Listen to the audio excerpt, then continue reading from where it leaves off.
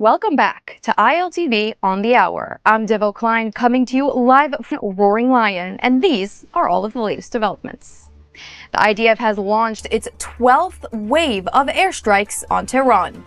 Targets, according to the IDF, included multiple regime command centers, ballistic missile arrays, launchers, and air defense systems. Also, the headquarters of the Iranian terror regime special unit in the Al-Borz province and a base of the Basij forces in Tehran were also struck. Tehran at this time is adapting a defensive approach, with these being the latest comments of the Iranian foreign minister. Have a listen. Because of so many American military bases in the region, and because they are using, I would say abusing, the territories of these countries to launch attack against Iran, to prepare for attacks against Iran. So we have no other choice other than targeting those military bases, because this is our right under international law. We are being attacked, so we have to fight back. We are not fighting any country of the region. We feel no hostility, no animosity toward any country of the region. We are committed to continue our friendship with countries of the region, with our neighbors, and our strikes should not be regarded as targeting the sovereignty and territory of these countries, because these military bases are controlled by the United States, are controlled exclusively by the United States military, and they are using those bases to attack a member of the United Nations. It is the right and responsibility of Iran to defend its nation against this blatant act of aggression. And on to the northern front, the IDF is deploying massively on the border with Lebanon. Military helicopters and tanks were seen approaching the border as Lebanon has now officially joined the war, sending coordinated missile barrages at northern Israel together with the Islamic regime. The first instance of this coordination was seen yesterday, with Hezbollah sending rockets to the north of Israel and the Islamic regime targeting central Israel. In response to Hezbollah's interference in the war, Israeli fighter jets carried out a string of airstrikes in Beirut, and now evacuation orders were sent to residents of Dakhia, a notorious Hezbollah stronghold in southern Lebanon. And now a Lebanese minister is insisting that Islamic regime officials cease all actions inside of Lebanon and leave the country immediately. IRGC officials will only be allowed to enter with a visa, according to Lebanese sources. In the air, the IDF is active in airstrikes on Lebanon, with the latest strikes on Dakhia following these evacuation orders. And in an interesting development, Israeli officials were quoted saying that IAF fighter jets are now striking targets in Lebanon on their way back from missions in Iran, reportedly fueling for the extended mission and carrying extra munition beyond those assigned for Iran. And now new footage of the American military striking Islamic regime fighter jets has now been published to the public. The footage shows the precise strikes on the regime assets, as many officials now indicate that air superiority over the skies of Iran is almost completely now in the hands of the United States and Israel. And the Islamic regime, meanwhile, is blaming Israel for the drone strike in Azerbaijan. Earlier today, an Islamic regime drone was filmed crashing into a terminal at an airport in Azerbaijan, turning the nation into the 12th country to come under attack by the Islamic regime. Iranian officials have blamed Israel for the attack, and Israeli officials are, of course, denying these claims. Azerbaijani officials, however, stress that they now reserve the right to respond to this violent attack. And moving on now to the latest news of rocket and missile attacks on the state of Israel. Israelis were sent into bomb shelters once again today at 4:30 p.m. as the Islamic regime sent over a barrage of ballistic missiles targeting central Israel and the Jerusalem area. This is the latest barrage, and so far no injuries have been reported, despite reports of multiple pieces of shrapnel falling across central Israel.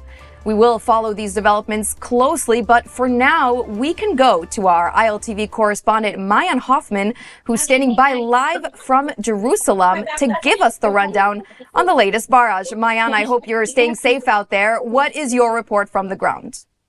Sure, Zebo, thank you. So, as you mentioned, there was just a series of loud booms held across all of central Israel as one of the second major attacks today. The first one being around 10:30 a.m.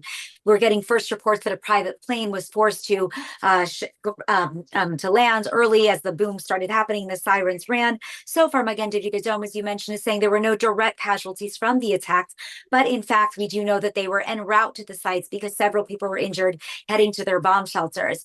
As I mentioned, there was a siren across central Israel. You mentioned the Jerusalem area, but in fact, when the warning siren went off, it did hit Jerusalem, but ultimately Jerusalem did not receive any actual sirens. It was more in the Judea, Samaria, and Jordan Valley areas. Now, at 10:30 today, one of the El Al rescue flights was about to touch down and was forced to reroute because of the sirens that took place. Ultimately, the missiles that was launched toward Ben Gurion Airport landed in open space in Nes Ziona. And the other thing that has been going on in terms of a lot of rockets, as you mentioned, Hezbollah has entered the war officially. So we're seeing rockets come not only from Iran, but also from Hezbollah, drones and rockets on the people in northern Israel. Now, since the beginning of this war, the health minister is reporting 1,473 people have gone to the hospital for help. We're talking about 145 that are still in the hospitals that have been forced to move underground since Saturday. The health ministry is calling on the elderly to please be careful, walk slowly to your bomb shelters and not to rush, because many of the injuries that we're seeing are from falls by the elderly en route to the bomb shelter.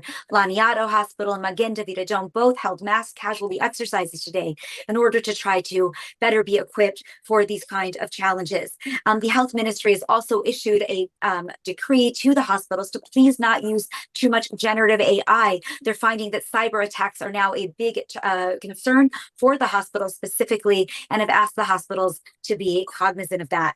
So just finally, though, despite these rockets, and we're talking about all of the incoming rockets, but on the other hand, the Home Front Command has reduced the restrictions on the state of Israel. Whereas before we were unable to gather, now at least 50 people can gather together as long as they are within distance of a shelter. At the same time, people can go back to work. However, schools are remaining on Zoom. So for parents, that's posing quite a challenge, as kids will be at home, but parents are being asked to go back to work. The beaches, of course, are also going to remain closed. On the flip side, rescue flights, as I mentioned, are coming in. And starting on Sunday, the Ministry of Transportation has agreed that flights will begin to go out of Israel as well. There'll be limited flights, mostly or only Israeli airlines, and limited to 50 people each. Mm-hmm. Mayan, thank you so much for that report. I know we have quite a few viewers here in Israel who could definitely benefit from the information that you've just given. So thank you for your report and for joining us. And now, the speculation of involvement of several Gulf countries in the war continues to grow. And as the United States and Israel continue their operation in Iran, joining me now to discuss military developments is retired Major Andrew Fox, a former British Army officer. Andrew, thanks so much for coming on the broadcast today. Thank you for inviting me. So just before discussing, the regional players here in the Middle East, I wanted to get your perspective on the British involvement, as a British military base in Cyprus, as you know, was the target of an Islamic regime drone attack not long ago. What are the latest from Prime Minister Keir Starmer, and what is the likelihood that the British military will join its allies on the offense? Well, as you've identified, we're currently playing very much a defensive role. Today, it was announced that we're sending 4 more of our Typhoon jets to reinforce the Qatari squadron that we have, to make sure that our allies in the Gulf have the protections they need. And in the last 24, 48 hours, we've seen British F-35 jets in the skies over Jordan, protecting their airspace. Of course, we are receiving at RAF Akrotiri, the base we have in Cyprus, which is where the U-2 American spy plane flies from. They have been receiving drones, and we assess that it's from Hezbollah rather than from Iran directly. That said, I don't think that the British at this stage will join on the offensive actions, for the first and main reason that we're probably not really needed. I mean, this is firmly in scope of capability for the Americans and the Israeli Air Force. Having additional fighters from another country in the sky does complicate things somewhat.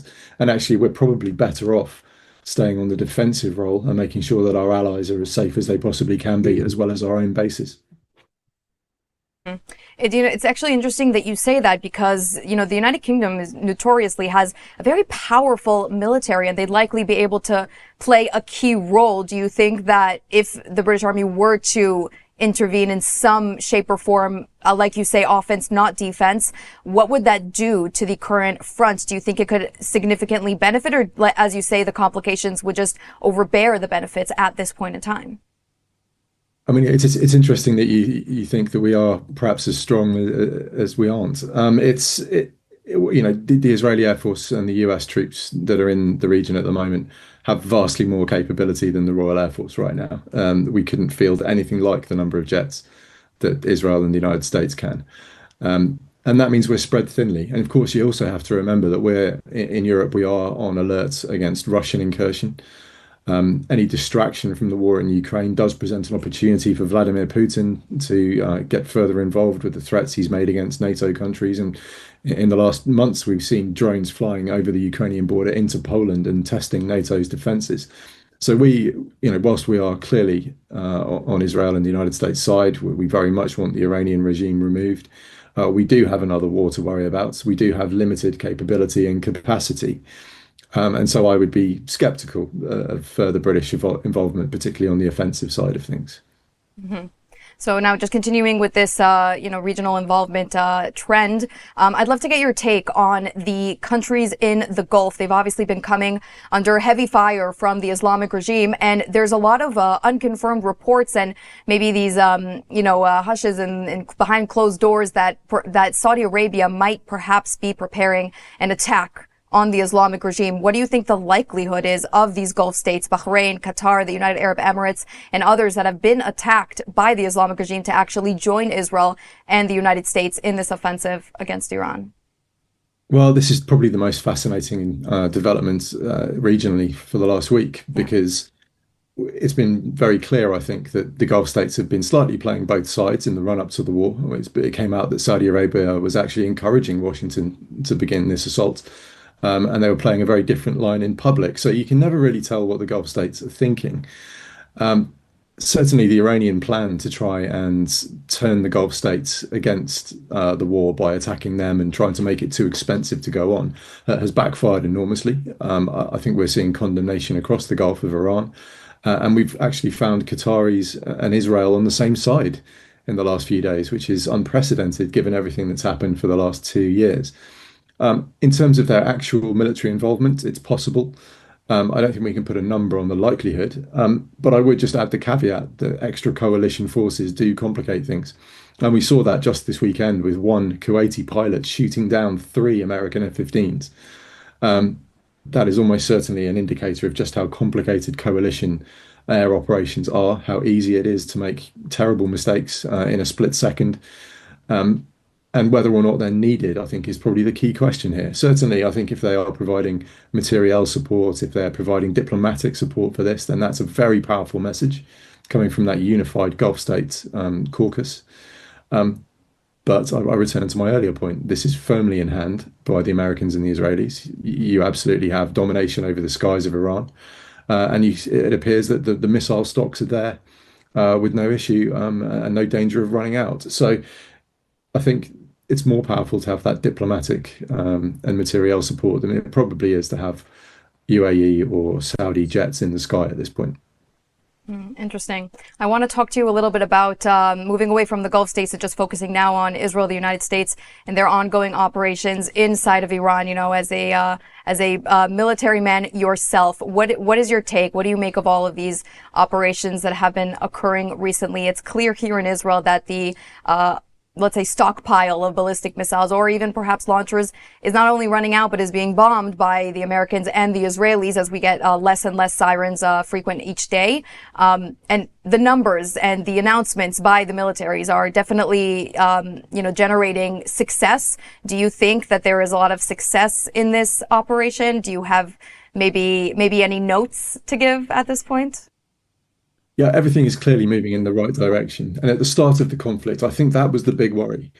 The Iranian regime barrages on the first day, had they maintained that tempo, That would have caused real problems for ammunition stores of missile interceptors in the Gulf states. There's no question that that was not sustainable. But fortunately, we've seen exactly what happened last summer, a repeat of the 12-day war, where day by day by day, the ballistic missile launches are getting fewer, and more importantly, so are the drones, because it's the drones that have actually slipped through the defenses in the Gulf states and have caused some of the damage and deaths that we've seen. And the fact that they are smaller, they're easier to get off the ground, and they're still, they need to be intercepted and they can still do lots of damage, which is very expensive to intercept them. So it's great news across the board when it comes to Iran's offensive capability.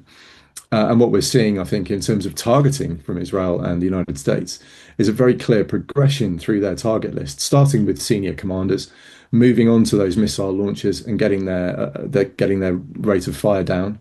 And now that creates the space to attack the security apparatus of the regime, the IRGC, the Basij, and the various subordinate units they have underneath them. And really, it is getting rid of those internal security mechanisms that's going to give the Iranian people the chance they need to hopefully seize back their country. Mm-hmm. And, I really want to ask about what's going on inside of Iran right now. If we can hypothesize for a moment here, how do you see the day after in Iran? Do you see maybe a new regime coming in and taking over? Do you think that maybe all the encouragements from President Trump and Prime Minister Netanyahu for the Iranian people to rise up come once the dust has cleared and the military operation is over, and finish the job themselves? What's your take on, I guess, the day after of Iran? Well, let's look at the options. The first one is that the regime limps on, it's barely surviving, but with its capacity for security absolutely degraded down to the point of zero. That is a possibility. I don't think it's what either country wants in terms of the United States or Israel, but it is a possibility that they might just cling on by their fingertips. The next option is that you do get some sort of national uprising that somehow rallies behind one focal point, whether that's Reza Pahlavi or someone else. And they're able to wrest the reins of power away from the regime. That's possible too. But I think certainly what's most likely right now is that there will be sort of regional changes of power, be that through militias that are backed by Western forces or by Iranians themselves. But it's all about them seizing those small centers of power across Iran, declaring their independence from the regime, establishing control and power. Dealing with whatever the regime has left, be that an insurgency, be that a straight up fight between what's left of regime forces and whoever comes next, and then hopefully from that they can eventually coalesce again around a country, around a figure, and that will be the long, slow path to a much more free Iran. And, that's inside the country. But what do you think about the broader region? As you rightfully said, that there's a lot of movements, and this is a first in honestly decades, especially since the regime came into power, just shy of 50 years ago. Now, the regional powers will be shifting. Saudi Arabia will naturally emerge from this conflict, assuming that they don't join the offensive and lose capabilities themselves. They would emerge as probably one of the greater powers in the Middle East, which has been a counter to Iran up until now. But Iran is being so battered and bruised so badly. So what do you think are the implications for the region, not just for the Gulf states, but also think about all the Iranian proxies in the region? Here in Israel, we hear them every day: Hezbollah, Hamas, the Houthis. What do you think will be? Well, I think we're looking at a period of instability, whatever happens. I don't think this will be a smooth, quick transition to a peaceful Middle East. I think that's something of a pipe dream. When it comes to the proxies, we know Hezbollah are badly degraded. They've not been able to launch anything like the rockets that they launched on 7th, 8th of October 2023. And Israel has kept a very sensible forward defensive posture ever since they conducted the operations in Lebanon at the back end of 2024. The really challenging thing in Lebanon is what the end state looks like. How do you uproot this virus that has infested itself across Lebanon? And I think that's a much longer term question. That's going to take some time to resolve. But Israel has the right defensive posture right now. And they need to maintain that until the threat from Hezbollah is reduced to a level that's manageable on a day-to-day basis. I'm keeping an eye on Iraq. There is an enormous Iranian-backed militia within the borders of Iraq. They haven't gotten involved at all during this war. possibly because of American deterrence, possibly because they have other priorities. But I think we're going to see a realignment of Shia priorities across the Middle East if the Iranian regime falls. And then finally, talking about the wider Gulf, every part of nature abhors a vacuum. And if there is that instability and Iran is taken out of the game as a regional power player, there will be an inevitable move by Qatar, by Saudi Arabia, by the UAE, who have, let's not forget, they were very much at loggerheads prior to this war starting. And I think we will see them jockeying for position and influence. There'll be certainly the proxy campaigns that they're looking at in Sudan or Yemen. Those will come under, I think, greater scrutiny. And really, it's a period of instability, and it's hard to say where things are going to land once the dust settles. Absolutely. At this point, only time will tell, and we don't know yet if the outcome will be, positive or negative, but it is safe to say that these are historic days that we are witnessing. Major Andrew Fox, that is all the time that we have for today, but thank you so much for coming on the broadcast. Thank you very much. And moving on now, with the Homefront guidelines changing to help maintain Israel's economy, a growing question remains. What does wartime do to Israel's economy, and how can we help? Joining us now is Dani Naveh, President and CEO of Israel Bonds. Under his leadership, Israel Bonds has raised more than $7.3 billion worldwide since October 7th, 2023, and 2025 marked the third consecutive year in which global sales of Israel Bonds exceeded $2 billion. It's moments of crisis, and in moments of crisis, the organization's mission becomes even more critical, playing a vital role in strengthening Israel's economic resilience. On Saturday, Mr. Naveh launched an international emergency campaign to support the state of Israel in light of operations Epic Fury and Roaring Lion, sending a clear and powerful message that Israel is not alone. Dani, thank you so much for joining us today. Thank you for having me. So I have to ask you, as conflict in the region widens and Iran launches unprecedented missile attacks on Israel and neighboring countries, how is Israel Bonds responding to this moment of crisis?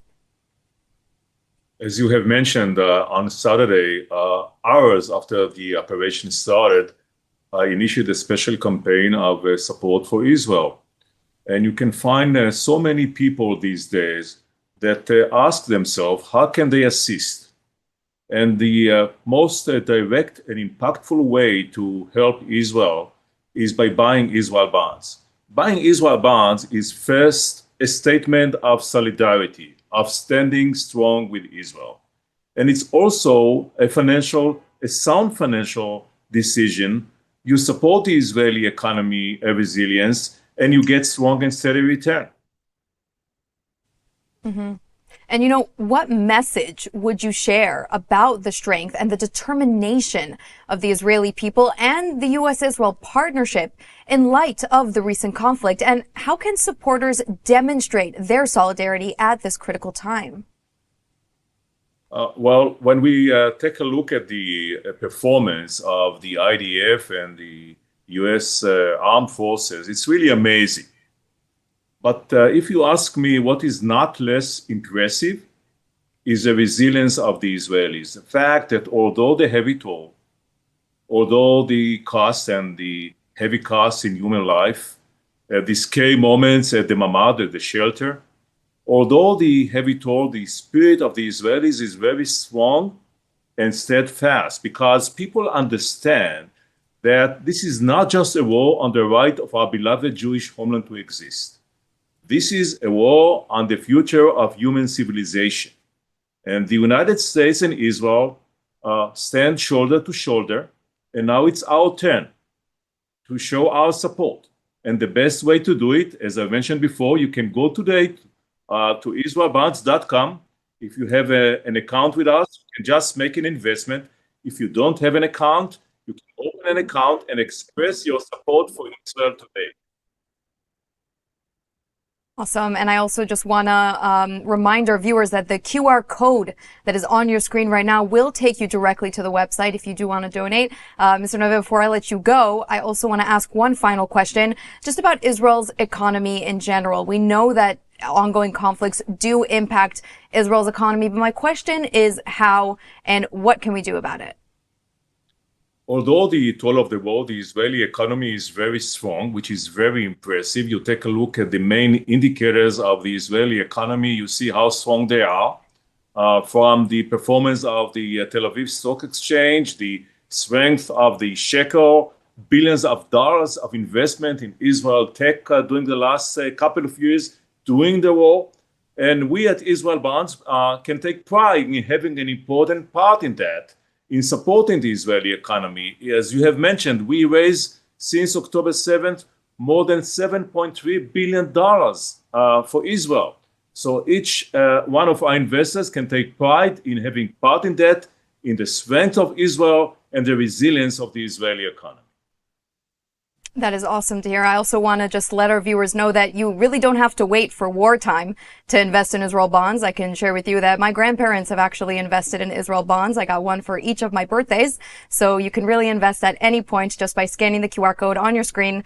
Dani Nave, thank you so much for coming on the broadcast today. Thank you. And moving back now to the issue of Iran. The Islamic regime has attacked 12 nations, and according to American and Israeli officials, it itself is suffering severe blows to military assets. But what about the civilians inside of Iran right now? With the internet blackout and continuous uncertainty, I am now joined by Maral Salmasi, chair of Zera Institute, to shed some light on this. Maral, thanks so much for coming on the show. Thank you for having me. Hello. Hi. So as I stated before, people are really wondering what's going on inside of Iran right now. There's a lot of uncertainty. Here in Israel, we keep getting these numbers of eliminated commanders and successful strikes. But what is the feeling inside of Iran right now? Well, I have friends and family in Iran, but I haven't spoken with them since January. There has been a complete blackout. The last time I spoke with them, they told me that throughout Tehran, there were everywhere checkpoints and at almost every corner. Water shortage had already become a very serious issue. They had only running water for a few hours during the day. Many people had already left Tehran, and my relatives were planning to do the same. Look, the overwhelming majority of Iranians are grateful to the United States and Israel for this long overdue hostage rescue mission. It's not war, it's a hostage rescue mission. And I want to take this opportunity and address the loud anti-war voices who never spoke up for the Iranian people when they were tortured and murdered by the Islamic regime. I have one thing to say. This crescendo is the result of decades of appeasement and negotiations with a terrorist regime that people like you chose to tolerate and legitimize. This opportunistic and irresponsible mindset and a long chain of bad decisions cost thousands of lives, not only in Iran, but in Syria, Lebanon, Iraq, and Gaza. It is the same mindset that made October 7 possible. This moral confusion is precisely what allowed one of the most pernicious ideologies, an apocalyptic death cult, to flourish and wreak havoc throughout the region. We Iranians know that at this point, there is no clean solution left. Many will die, but the alternative, they have already failed. And once again, the very people now chanting no war with Iran are the same ones who helped create the situation. Absolutely. And, it's interesting what you're saying, that really there is a lot of anti-war sentiment. Just yesterday, there was an ex-Marine who barged into to the chamber, the Congress chamber, to shout, "No one wants to die for Israel," and obviously free Palestine and all of these other slogans. And he did not at all mention the lengths that President Donald Trump went in to negotiate with this brutal regime, this human rights violating regime that has been tormenting the people of Iran for decades. And that's missing. It's missing from the left. And I hear your message, Maral, but how does that make you feel, being a voice for the people of Iran who are currently in blackout inside the country? You are the only one who can use your voice and speak up for them. What's that feeling like? It's a great responsibility. We all have the diaspora Iranians, and we use our voice. We are night and day online, and uh, trying to, particularly what I said, we are fighting these voices. We are fighting these anti-war voices, and we have to get it across. In Germany, it's a massive issue too. It's just like across all the Western countries, we have these voices, and it is, I don't know, I don't understand. I don't understand why these people still believe that there is room for negotiations with this death cult. And what makes them think that, oh, excuse me, sorry. What makes them think that there is any justification to keep them, to give them another lifeline? And now I want to ask you also about the comments by President Trump and Prime Minister Netanyahu, not just the help that President Trump promised weeks ago before actually delivering on it, which he now has, granted. But I want to ask you about their recent comments where they mentioned, both leaders, that military strikes will not successfully topple the regime. In fact, it is the Iranian people who have to go out once the dust has settled and finish the job. What do you think is the likelihood of that happening? Do the people of Iran have the strength in them? They're incredibly resilient people, but to go out and topple the regime themselves, what do you think? Yeah, I think this is the best solution, because we have seen just bombing Iran. This wouldn't make sense because the Iranian people aren't the regime, and President Netanyahu and President Trump are quite aware of this. And I think this strategy is the best since decades. In a situation like this, we had this type of situation in Afghanistan, in Iraq, etc. And they first of all, they couldn't topple those regimes because Iran was still occupied by the Islamic regime that was supporting these proxies, basically. But now the Islamic Republic looks powerful from outside, but internally it is extremely fragile. The moment the regime becomes weak enough, the Iranian people will finish it. I'm very positive, and I completely agree with them. And do you agree perhaps with the hopeful return of the Shah as well? Yes, I think, well, what I like about him is he is a true liberal Democrat. He says, people choose. There will be elections. I will come and I will help to make the transition. And then there will be elections and the people will choose. And this is the way to go, I think. Right, absolutely. Maral Salmasi, thank you so much for coming on the broadcast today and shedding some light. Thank you. Thank you very much. And for those of you joining the broadcast only now, we pretty much covered the home front. So let's talk military. Donald Trump was quoted saying at the start of the operation that it could last 4 weeks. Recently, that number has changed, and he said now a few days. But what do we know so far about the strategy of this ongoing war? Joining me now to break down this military operation and all of the latest developments is our panel of experts. I am pleased to welcome to the broadcast Brigadier General in the Reserves Hanan Geffen, a former commander of the IDF's 8200 Intelligence Unit, and Benjamin Anthony, co-founder and CEO of the Miriam Institute. Thank you both for joining. Thanks for having me. Thank you. Of course. So, Hanan, I'd love to start with you and get your analysis of the role that Israeli intelligence played in this war with Iran. I mean, the strike that opened this war in the beginning on Ayatollah Khamenei was based on intelligence of Khamenei's whereabouts that Israel gathered. And I can also say that a lot of Israelis are speculating that Mossad is very much on the ground in Iran, facilitating the ongoing operation. So what can you tell us from your position? Yeah, I'm on. Do you hear me? We can hear you, absolutely. Yeah, okay.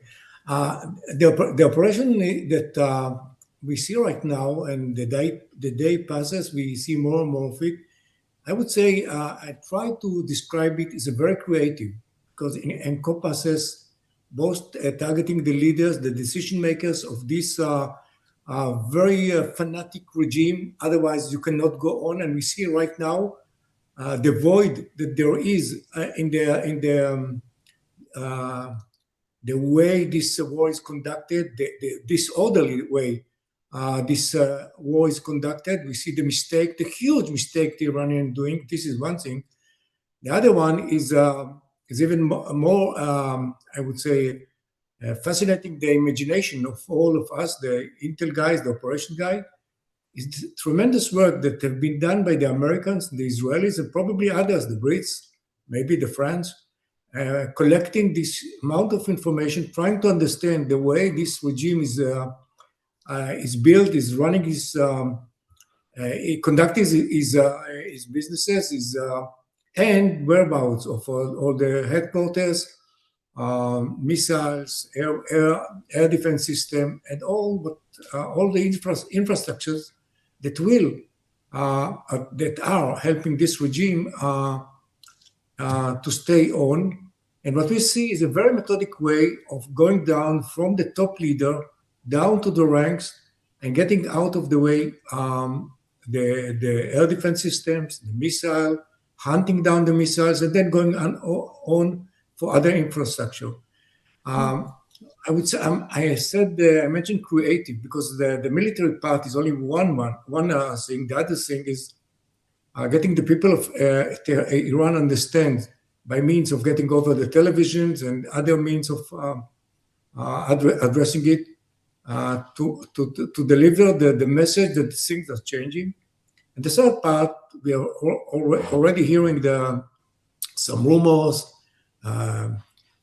some information, disinformation about forces that are going to enter already existing in Iran with weapons, ready to try to challenge the regime. So altogether, all these creative plans is based on a very, very accurate information. We have to, as I said it, we have to remember that there are still missing parts, probably missing parts of information, and we will discover them as the days pass. But so far, after 5 days, we see a very accurate information trying to encompass all these parts of operation of how to topple this regime, or at least change the way this regime is operating, getting rid of the ambitions and the very, I would say, how to describe the way it is acting, but getting rid of the way this regime is treating its people and its neighbors. Yeah, and it's interesting that you use the word creative, because I'll have you recall that the beeper operation against Hezbollah, which was also based on Israeli intelligence, was very creative indeed, and we were able to take down a lot of Hezbollah personnel without stepping foot in Lebanon. But Benjamin, I actually want to turn to you now and ask you, what is your take on the Israeli intelligence, and if you could just give us the international perspective. I mean, is everything that Israel doing inside of Iran legal at this point? How is it viewed internationally? Well, first of all, thank you very much for having me. I think it should be very clear to everybody that despite the efforts of the commentariat, this is a war that is chugging along exceptionally well. Everything that has been aimed at has been hit, pretty much, including the command and control structure, including the supreme leader, so-called, including those who were subordinate to him. Now there is a change. Now there is targeting of the infrastructure in terms of the Basij, that bloodthirsty, brutal organization that was responsible for the putting down of those who took to the streets in Iran several weeks ago and did so to the tune of many tens of thousands of victims. Also to the detonation of the prisons, also to the detonation of the internal security forces. And all of that is because Israel and the United States of America now has air dominance over the skies of Iran. This is absolutely proof positive that this regime was not able to protect itself nor its people. And so given that they can hover above and attack and destroy and detonate targets directly above those targets, we're now seeing the seeds being sown for internal discord and to impede the ability of this regime to yet continue to suppress the Iranian people. Now, whether or not that works remains to be seen. That is a longer mission set, and it's very, very early days in that sense. But no question about it, America and Israel together, with a profound degree of coordination and collaboration, are showing and talking to each other about how deeply, deeply aligned allies can actually bring about success against what those in the commentariat may be saying is an unlawful war, an inappropriate war. There are those on the United States right and left who are saying this is Israel's war and that Americans are dying because of Israel. Of course, we all mourn the loss of every single American life in this campaign, and we thank them and their families for their profound service towards the cause of freedom. But in terms of whether or not this is legal, that's a question for the lawyers to hash out. I am the son of an attorney. I can tell you that a case will be put forward and one attorney will commend a case to the listeners and to the tribunals and to the jurists, and another attorney will speak against it. And that will all be hashed out in the fullness of time and already is being done so. But one thing that's very clear is that the US Senate has given President Trump the ability to continue his actions inside Iran, rightly so.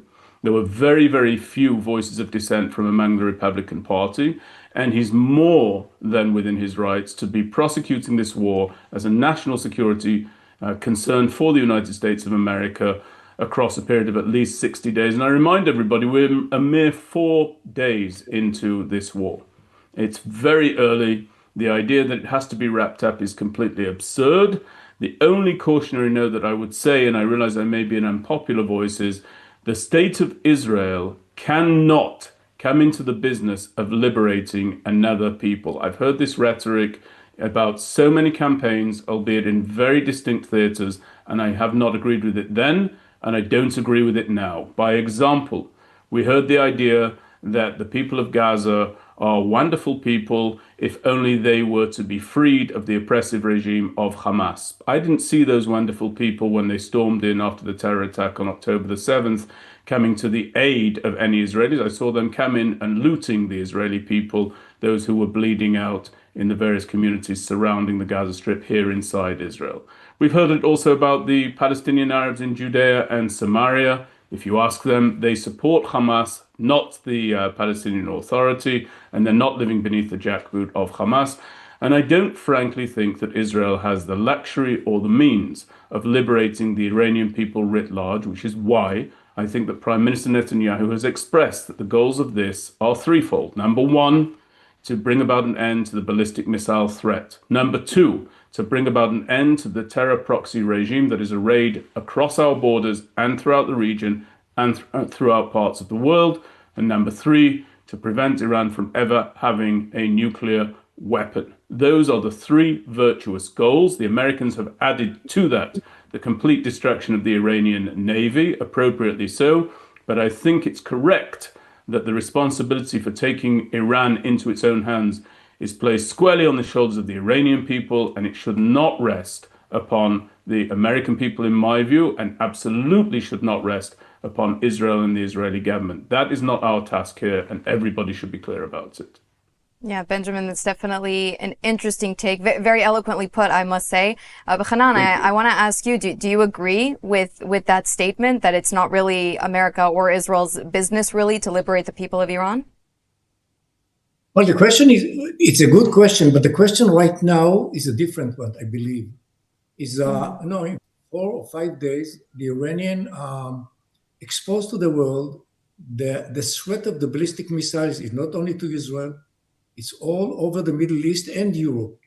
And at the same time, they demonstrated the threat to the worldwide economy. Right now, the Hormuz Straits are blocked. The oil facilities in Bahrain and in Kuwait and other places, Oman, are being targeted with these missiles. The oils are going on up. Letting this regime, let alone the problem of the population, It's a threat to its people, to the neighborhoods all over the world. Now, if somebody says that it was a problem of Israel, no. It's the problem Iranian have demonstrated in 4 days why they are a threat to the world, to the economy, to their people, to Europe. I say only the last 24 hours, the leaders of Europe started to understand the threat of the Iranian to Europe. They believe the Iranians are good people. You can negotiate with them. Suddenly they understand that the ballistic missiles are a real weapon. And it's not a phrase in a negotiation. It's a real threat. They see the damage in Israel and all over the Gulf countries. Right. At the end, I would say that in 4 days, the Iranian explained to all the nations around us, to the Gulf countries, why Abraham Accords is a must, why everybody should join the Abraham Accord. Mm-hmm. Israel is not going to save the Iranian people directly, but indirectly, yes, we are going to do that, because all the world, the Arab world, the world around us, Europe, Asia, understand very clearly. I would say even just Russia and China are standing far behind. They are not behind Iran. They are behind on the sideline. They do not want to be associated with this cruel regime, which they saw so clearly and on the screen. It's not only Israel. It's all the countries that they saw. Starting with Qatar, ending with Saudi Arabia, they always saw that the Iranians are, well, once they behave, it's a very diplomatic way, try to be very polite in the way they state their statements, and suddenly they saw that there is a real threat emerge in 4 days, 4 or 5 days. Now, at the end, we hope that there will be a regime change, but I'm afraid that one of the lanes to end this war will be a kind of Venezuela type of agreement. I hope it will not be the case, but it might be. There will be some people in Iranian regime that in a week or 2 weeks understand that there's this road, the way they're acting, leads to nowhere, and they will try to come to terms with the American negotiators, promising no missile, no that, treating well their people. If that happens, I'm afraid it might happen. Then this problem we will see this problem in the coming year. But so far, it might be. I'm afraid to say so. It wasn't phrased. It might be one of the ways this war will end. Yeah, and it remains to be seen whether or not we will go back to the negotiating table. It could be that those who were declaring before that Iran's nuclear program is a defensive program, a civilian defensive program and whatnot. All of those Stark people might actually have been eliminated in some recent airstrikes. So it remains to be seen. But Hanan, you mentioned the Abraham Accords, and Benjamin, I want to ask you about that now. What do you think are the prospects of the Abraham Accords, not only now, but potentially when this war does wrap up? We don't know yet when that will be, but what do you think that will do? Do you think that will inspire Saudi Arabia to join the Abraham Accords and maybe even potentially other countries? Yeah, just before I come to the Abraham Accords, I want to pass comment, if I may, about the difference here between the theater in Iran and what's going on in Venezuela. Venezuela is in America's backyard. Venezuela is in America's hemisphere, and the Americans can decide how they wish to proceed there. Iran, however, is squarely in the region here in the Middle East. And I want to say this not in my name, because I'm just one individual who's had the privilege of serving in the IDF, as has my interlocutor here at a far higher military rank. And I thank him, of course, for his wonderful service to our country and to our security over what I can imagine are many decades. But let the viewers be very, very clear about something. As just one soldier who's played his own small role in service in the IDF, myself, I can tell you, as can any combat veteran here in Israel, that I have fought in the wars of 2006, which is the Second Lebanon War. I was again drafted in 2012. I was then again drafted in 2014. I then served in this war inside the Gaza Strip, having unretired, as many, many volunteers did in order to play our part in the defense of this country. I have served during this war, and so much and so many of those campaigns aforementioned are a result of the Iranian influence, supply, and building up of proxies on our borders inside southern Lebanon, inside the Gaza Strip, even inside Judea and Samaria. And so any notion that anybody who remains assigned to the ideology of the Iranian jihadist terrorist regime that was in situ just 5 days ago, any notion that anyone who is an adherent to that ideology can somehow remain in power pending further negotiations brokered by the Americans fails to understand just what a menace this regime has been and just how dangerous it would be to allow any of them to remain in situ. The goal of this war, in that sense, because it is in Israel's backyard, for Israel, must be to ensure that these clerics, these fanatics, and these jihadists do not take power after everything that we are risking, after everything that we are doing, in order to rid ourselves of this terrible, terrible scourge. That is my view as an Israeli, and it's very distinct from what the Americans have to do or wish to do over in Venezuela in that sense. The second thing that I would say with regards to the Abraham Accords, we don't know what will happen, but I'm hopeful that we will not end up being victims of our own success, meaning when the people in the region, the powers in the region, feared that Iran might gain nuclear weapons capabilities, they cozied up to Israel because it was in their security interest to do so primarily.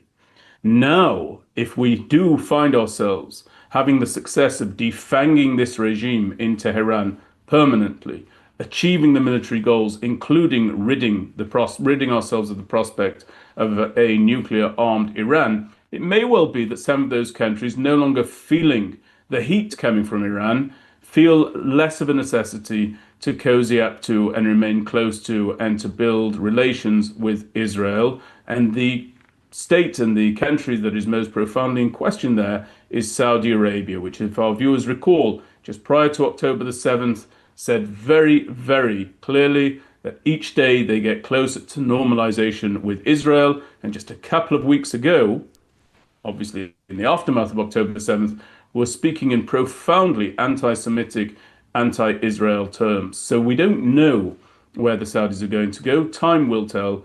But I think that the best thing Israel can do is press on with this campaign together with the Americans and get rid of this scourge, this menace, once and for all. That has to be the top priority. Mm-hmm.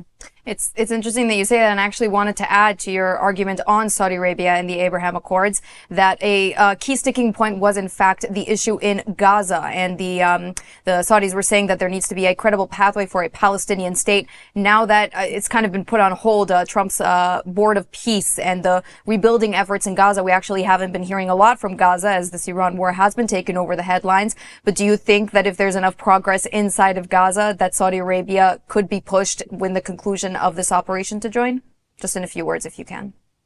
Yeah, thank you for that question. In my opinion, the Palestinian Arabs, specifically and most profoundly, but not exclusively, those living inside the Gaza Strip, after their actions on October the 7th, and after we saw the actions not only of Hamas, not only of Palestinian Islamic Jihad, but also of the Gazans who cheered when our soldiers were paraded through their streets, when our hostages were taken through their streets, when our hostages were released, who continue to say that they support Hamas and the movement that they voted for, that people, in my view, regardless of any treatment from the Saudis for normalization, should forever be disqualified from independent statehood. They are not fit for statehood. The response and the reward for the worst terror attack to befall our people in the history of the state of Israel cannot be that statehood is conferred upon the Palestinian Arabs and that everybody in Gaza receives a brand new apartment in a high-rise apartment building funded by Gulf states. That to me seems utterly ridiculous. And if the Saudis state that they wish to see a Palestinian Arab state alongside the state of Israel, including with Jerusalem as its capital. And in response for that, we will be granted normalization with the Saudis. We must have the courage to turn around, in my view, and to say, thank you for the offer of normalization. You have thrown forward abnormal terms and conditions. We reject that opportunity. Now, I know that I might be a minority voice, but you, as October 7th proved, you can have normalization with any number of states in the region. But if you continue to face the terror threat coming from the Palestinian Arabs, your people here in Israel, we will be killed and we will face terrorism for generations to come. And the worst way that we could proceed now is to reward that terrorism by entering into the development of a Palestinian Arab state at the behest of the Saudis, who are yet to normalize. To me, it's completely absurd, and I would oppose and hope that any sensible Israeli would oppose any such developments. I have so many more questions, and I did want to turn back to Hanan, but gentlemen, we are unfortunately out of time for our panel for today. I do want to thank you both, though, for coming on the show and speaking to us, Hanan Geffen and Benjamin Anthony. Thanks so much for joining. Thank you for having me. And we just got another update that the 13th wave of airstrikes has just begun. The IDF is once again bombing in Iran, continuing with another wave of airstrikes. But we can now go back one more time to our ILTV correspondent, India Naftali, who is in Miami and who can give us a little bit of a breakdown of all of the emergency flights that have begun bringing people who have been stranded abroad back to Israel. India, thanks for joining. And what can you tell us so far? We've heard from our correspondent Mayan earlier that one of the flights was grounded, rerouted after the recent missile barrage from the Islamic regime. India, what is your update in 2 minutes, if you could? Absolutely. Like you said, rescue flights have been successfully landed. However, just a few hours ago, one flight from Tbilisi, Georgia, was 1 minute away from landing when a rocket attack happened and they had to lift back up into the air. Now, one passenger reported they were up in the air for 20 minutes before they did safely land. So that is the good news. Despite the reports that Israel is expecting increased rocket fire from Hezbollah, they have not called off this flight rescue operation. They're continuing to bring in doctors and Israeli citizens into the country. One flight per hour for the first 24 hours, and after that, they will increase the frequency according to security conditions. It is expected that starting Friday, 10,000 people a day will be returning to Israel, and on Sunday, people will potentially be able to also leave the country, but that is still up to debate. We are not sure. We believe security officials will confer on that. We do know that all stranded Israelis are expected to be back within 1 week to 10 days. Me personally, I'm going to be on one of those rescue flights very soon. Like I told you, I mean, hearing these stories, of rocket attacks in the middle of a landing, it can make you nervous, but there's really no place I'd rather be right now with my husband, with my family during this difficult time. And I think so many Israelis feel that way. They feel this sense of duty to be in the country when their countrymen and their country is suffering. Absolutely. Couldn't have said it better myself. India Naftali, thank you so much for giving us that brief update, but always welcome on the broadcast. Thanks. Thank you. And to end our broadcast, a positive update. Despite the constant ballistic missile attacks, Israel tonight will reveal its entry song for this year's Eurovision Song Contest. The song will be revealed on Israel's Cannes 11, which Israeli Representative Noam Bitan, who is on your screens now, will be taking with him to the Eurovision 2026 stage set to take place in Vienna, Austria. It's important to note that there has been quite a lot of protest for Israel's participation in this year's Eurovision. Many countries have already threatened to boycott the singing contest, including some of the big five who make up most of Eurovision's biggest funders. And yet, the European Broadcasting Authority has authorized the participation of Israel in this year's Eurovision. We want to wish Noam Bitan a lot of luck, and we will stay tuned tonight at Israel time to check out the song. And before we go for now, you can now get Israel updates on our WhatsApp channel. That's breaking stories, live updates, and verified reports, all delivered fast and accurate. Just scan the QR code that is on your screen now, as this region is constantly developing and you don't want to miss a thing. And that's a wrap for this special edition of ILTV on the Hour, broadcasting live from Israel and the heart of the Middle East. I want to thank all of our viewers for joining us today for a special day of broadcasting. I'm Devo Klein, and thank you for joining.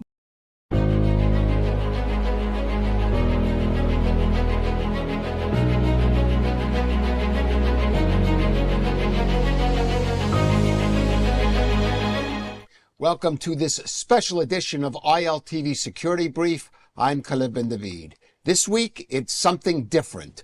We are coming to you live from Israel, bringing you all the latest breaking developments on day 5 of the war with Iran.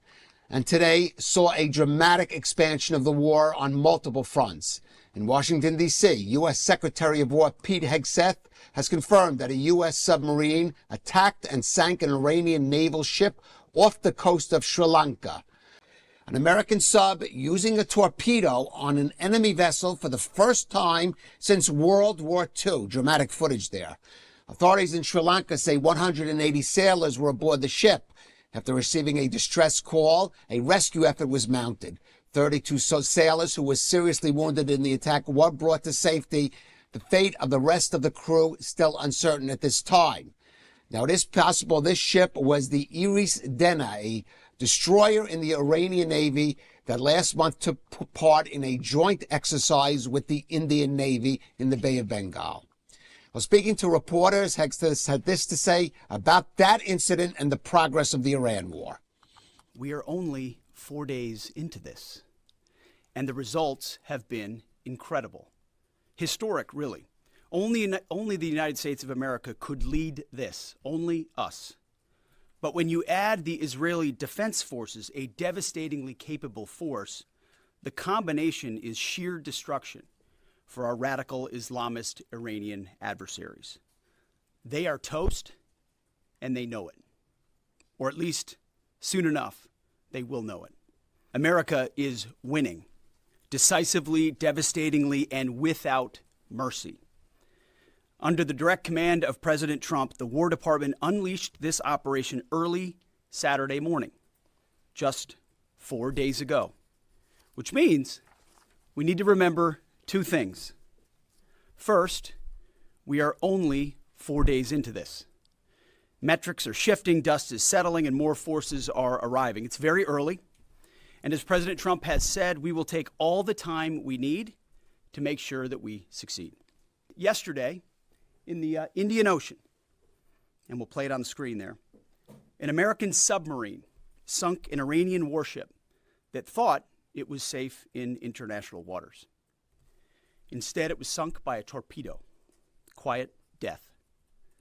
The first sinking of an enemy ship by a torpedo since World War II. Historic indeed. Well, here in Israel, air raid sirens rang out several times in the north and central parts of the country. Now, this afternoon, Iran and Hezbollah, for the first time, launched a coordinated missile attack against Israel. Although most were intercepted by air defense systems, missile fragments did crash down at several locations, and at least 2 people suffered light to moderate injuries. Now, this comes as the IDF is pounding both Iranian regime and Hezbollah targets in Lebanon. Israel has also issued an unusual and direct threat to Iranian regime officials in Lebanon, warning them to leave the country within 24 hours or face being targeted. IDF spokesperson Colonel Avichai Adrai said the military, quote, will not tolerate any presence of representatives of the Iranian terror regime in Lebanon, adding that after the 24-hour deadline, there will be no safe place for them. Now, Israeli ground troops have been authorized to advance in southern Lebanon in an enhanced forward defense posture to protect communities in the Galilee. And the IDF has warned civilian residents in South Lebanon that they should evacuate north of the Litani River.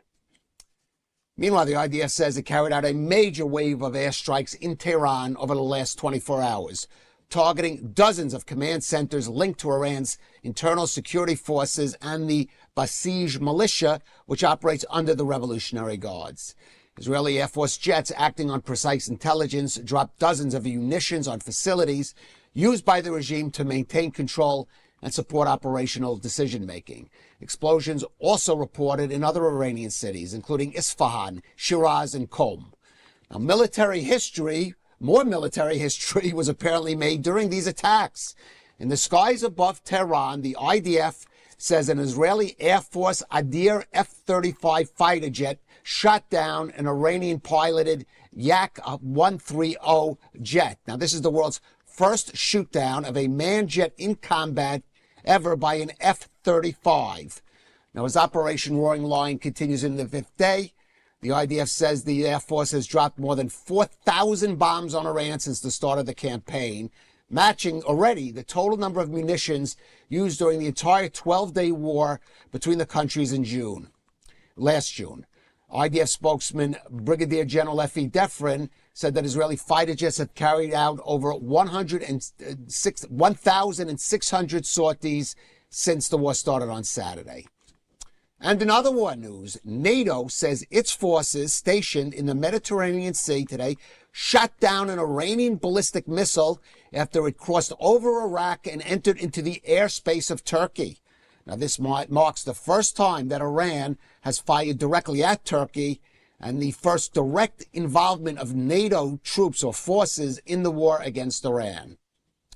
Also, the U.S. now reportedly in contact with Kurdish resistance groups in Iran over the possibility of staging an armed uprising in the hope of weakening the regime and helping to eventually overthrow it. Now, Reuters is claiming that the CIA has been in contact with the Kurdish resistance in western Iran, as well as Kurdish militia groups across the border in northern Iraq, discussing whether to provide them with the necessary arms to launch a revolt. The U.S. has worked with Kurdish forces during the Iraq War, as well as the battle against ISIS. Well, let's get back to the situation here in Israel. Israel under fire again today. Our correspondent and anchor, Mayan Hoffman, is in Jerusalem, where the Jewish holiday of Purim is still being celebrated. In the rest of the country, it celebrated yesterday, but today it's Purim. Well, obviously, looking at the gentleman behind you, Mayan. First of all, just before we get to that levity, a little more serious business, just update us on the situation today with the multiple sirens across Israel. 100%. We thought we were getting a quiet day, but ultimately we started to see numerous sirens take place from the afternoon already until recently this evening. Most recently, a siren up north. We're starting to hear preliminary reports of some fragments hitting down in the city of Elad in central Israel and some smoke billowing up in the north. We had today, for the first time, a dual attack, Hezbollah and Iran launching missiles at the same time. In that attempt, there were 5 missiles launched from Hezbollah and 1 from Iran. 2 people were injured in that attack, a man in his 30s who suffered from shrapnel wounds and another person who suffered moderate injuries. Now, one of the things that happened was when the siren went off, it caused a lot of excitement on Highway 6, one of the major highways in Israel, leading to a very dangerous accident. One woman on Highway 6 is in serious condition with multiple systemic wounds. A man in his 30s is also being treated with moderate condition. And there are 2 that were treated at the scene, a result of the siren going off on Highway 6 and people slamming on their brakes.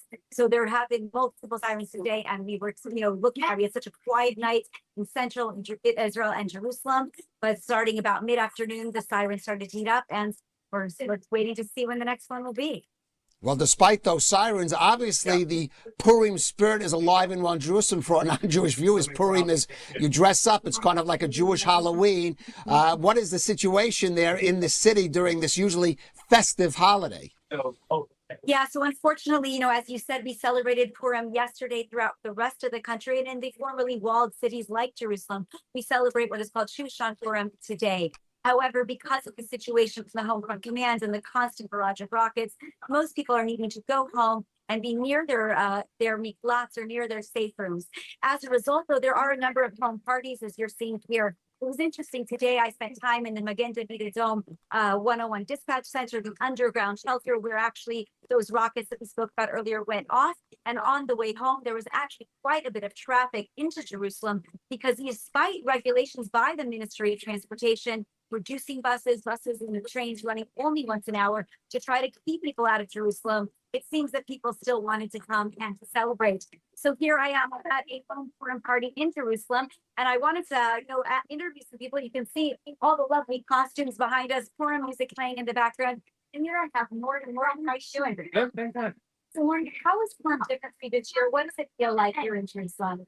It's kind of sucked that all the parties have to be canceled last night and whatever. I'm like, hey, we just gotta bring the alcohol here. We have this alcohol, all the presents and all the candy for our kids. So like, let's just have a fun time over here. And so tell me what you're planning to do with this fun time. What are you expecting if a siren does go off? I have in my mind 5-second walk down the stairs, about 9 stairs downstairs. It's nice and big. It's for the whole building, so we might fit probably 30-40 people there. And we'll just bring the alcohol down there, continue the party down there. So hopefully we won't have any of those fireworks, but certainly it's going to be a fun time for those that are able to celebrate here in Jerusalem. Khaled, back to you.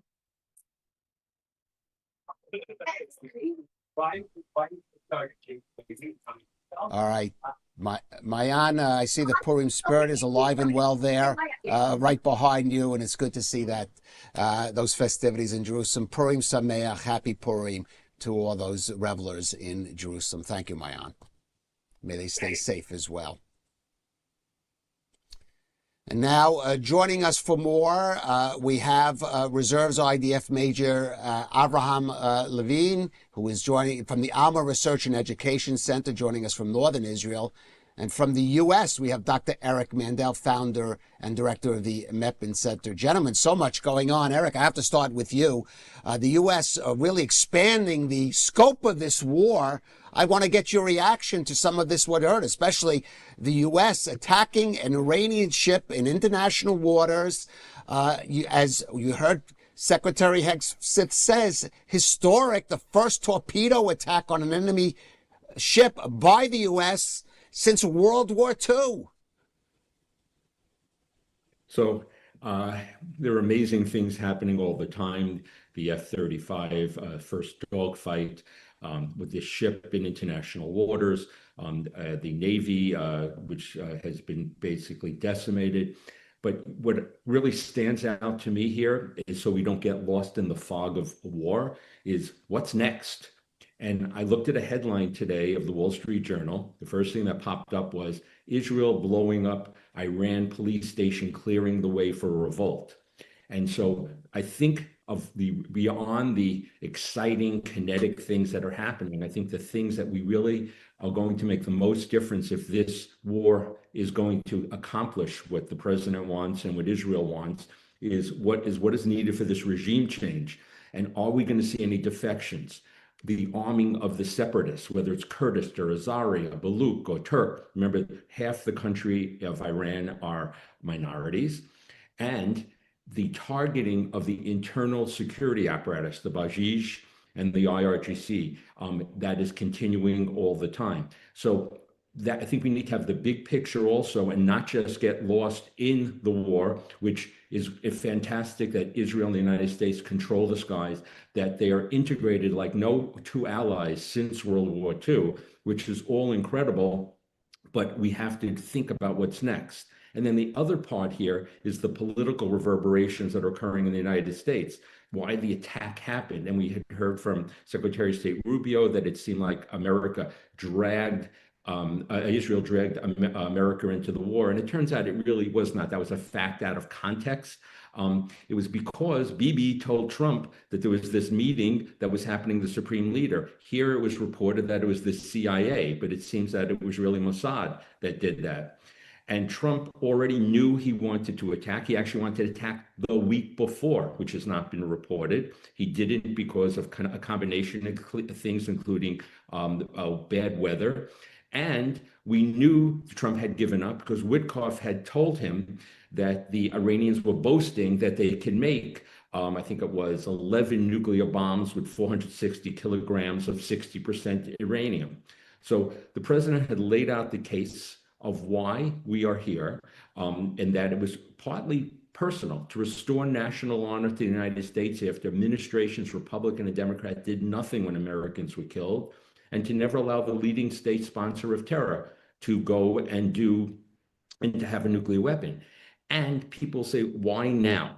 beyond all of that. And I think a big part, there was 5 things here that really jump out at me. Don't take your eyes off Pickaxe Mountain in Ataz. It was going to be, and it may be too deep for one of our massive ordinances to hit. The supersonic missiles that could come, anti-ship missiles that could threaten our carrier groups, the possible delivery of 5th-generation planes from Russia and China to Iran, new surface-to-air missiles, which would get rid of the control of the sky, and also to the ballistic missiles. Their plan was very clear, to overwhelm all of CENTCOM defenses, Israeli defenses, and it had to be hit at this point of time.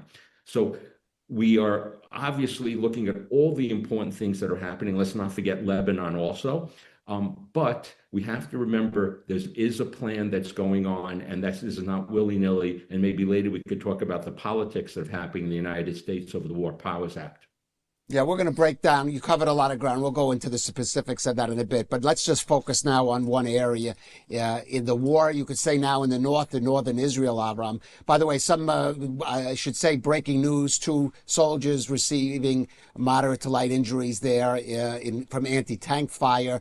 Israeli troops now reportedly operating even across the border in South Lebanon. What is Israel's goal here? How far can it go now that Hezbollah took the first shot after repeated warnings from Israel and became part of this bigger conflict? How far can Israel go to deal with the Hezbollah situation in Lebanon? It almost seems like IDF was waiting for this opportunity. I think Hezbollah has made another strategic mistake. If we look back, obviously October 7th, not joining Hamas was a lucky break for Israel. The fact that they did join on October 8th with rockets and missiles was the second big mistake. And I think now they're giving us a chance to maybe finish off the job. And I'd like to just pick up where Eric started by saying we could do our best from here, from Israel, from the north, and we have patience and we're able to hold on and battle against Hezbollah. But the truth is, we're waiting for the government in Lebanon to get up. We're waiting for them to make their move against Hezbollah. Israel is not trying to take over Lebanon. We're trying to eliminate the threat of Hezbollah and allow Lebanon to get up, stand on their own feet against Hezbollah. And if we take Hezbollah out of the equation, there's a chance for a great border and peace here in the north. But right now, when they're not doing their job, I think we're forced to go to war. We're not going to a ground maneuver and occupying Lebanon. What IDF right now is doing across the border is widening the 5 positions that we've been holding on to since the ceasefire agreement and widening them. We're actually moving left and right, not forward into Lebanon yet. And there's many steps to come. But I think as Eric started, we're definitely winning. We see a declining effort from Iran in the past 2 days, much lower than the first 2 days of the war. And we see a declining effort by Hezbollah trying to shoot UAVs, to send UAVs and make some kind of a last effort. But I think they're declining. And I think this is the time to actually pressure again and again, more and more, until we really reach the level that Hezbollah is out of the equation completely. All right. Well, certainly that also depends on what happens to their sponsor, the Iranian regime. Eric, I want to get back to you, and you wanted to discuss somewhat of the broader political dimensions of the war. And I want to also maybe doing it in the context. There were some things you talked about using, say, the U.S. using, say, these proxy forces in Lebanon, in Iran, like the Kurds, like the Azeris, the Baluchi forces. The fact that there are nuclear sites that maybe can't be destroyed, but they all suggest that at some point they're going to need to be some kind of, let's call it boots on the ground, not maybe American boots, but somebody's boots on the ground to affect regime change.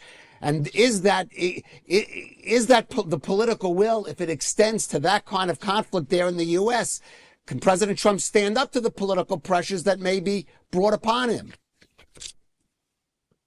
So, at least historically, we don't believe that without armed, I'll say, protesters or separatists, it would be very hard to, no matter how much Israel degrades the security apparatus, without they being armed and fighting back, and we know that the peripheral minorities do have arms, that in a true revolt and a revolution, and hopefully not just regime collapse, but a regime change to the positive could happen. So I was actually very surprised when I heard the president publicly state that he's been in touch with Iranian Kurds. I actually have met with Iranian Kurds in Kurdistan and Iraq years past, and they certainly don't want to be controlled by this regime. They have the regime in particular has persecuted the minorities. So that's one. So now the president has all these things. Now he's talking about arming, maybe, I hope, arming separatists, because if we're this deep into this war, we should not be holding back. And we should be trying to help the protesters fight back once we degrade the IRGC and the Bajis, whether Israel, the United States, or in combination. So what's going on here? Reflexively, the Democrats have basically said, we want to bring this for a vote for the War Powers Act, which is a law that's many decades old that says Congress has to be asked to have a war, give their permission, and it's obviously part of the original Constitution. But that's a misreading, however you feel about this war, of the War Powers Act. The president has 60 days, really, as the executive, to do anything he wants before he has to or should bring it before Congress, which in theory would be after this mission is over. I happen to believe that there's going to be kinetic actions after those 2 months. So the president is dealing with politics right now, primarily the Democrats, but you definitely hear it from the anti-Israel and many anti-Semitic actions and statements coming from the hard right of the Tucker Carlson, Megyn Kelly, Nick Fuentes type of wing of the party. Overall, the Republicans are standing with the president, and there are a few Democrats who are. There's probably about 20 Democratic congressmen who are doing this, and probably the lone congressman is senator who's there is Senator Fetterman. But I was very surprised when I saw coming out of a classified meeting in Washington, the head of the ranking member of the Senate Intelligence Committee, Senator Warner, immediately gave the classified information, saying that Rubio had said that Israel pushed us into this war, which was not facts and context. Right. I want to go back to, again, the broader issue of these, because now it looks like maybe the U.S. will be turning to proxies against Iran. You mentioned Hezbollah. Of course, Israel is degrading and the U.S. degrading Iran's ballistic missile capability, its nuclear capability. But, of course, it has these proxies across the region, most prominently Hezbollah, but there's also the Houthis, the Shiite militias in Iraq and their terror network. How much of that is dependent on the regime taking place? If the regime falls, is that the end of Hezbollah and some of these other proxies?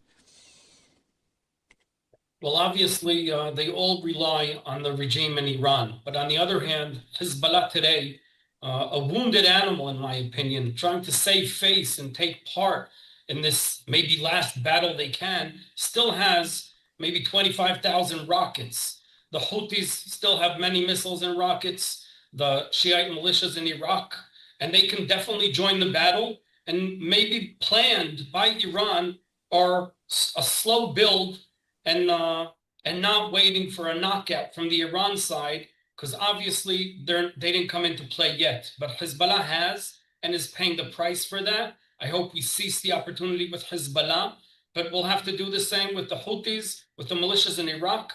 It's not an immediate thing that if the regime falls now, then we solved all the problems. We still have the proxies surrounding us, and there's a long way to go. So I'd say we haven't won, we're winning. All right. As you say, this is clearly not going to be a short war or a localized war, as we say it now, has international, even global dimensions. And this is still, maybe it's, as Winston Churchill said, it's not the beginning of the end, but perhaps we're at the end of the beginning. Dr. Eric Mandel and Avram Levine, thank you for joining us on ILTV. Thank you. Now, as we heard from both of those analysts, a lot of this, the conflict depends really on what happening in Iran, what's happening with the Iranian people. Will they reach a point, for example, how weak or is the regime? How ready are the Iranian people or not to stand up to it? Well, joining us now is an Iranian activist, Shada Rabari. She, like many activists outside of Iran, prefers not to give her location. We could say somewhere in Europe. And Shada, first of all, let me give you, what are you hearing, if anything, from Iran right now about the situation, how the people are feeling in the midst of this war and seeing what is unfolding there across the country? Thanks for having me. Actually, we are currently living through the most consequential hours in modern history. You know, the death of Ali Khamenei isn't just a violence; it is a total decapitation of the world's leading state sponsor of terrorism. You know, but let me clear. You know, the job is not finished yet. While the head of the state is gone, but the IRGC's criminal remnants are still desperately planning to cover. The Iranian people, you know, they're ready to come back to the streets. They're risking everything to reclaim the flag and the future.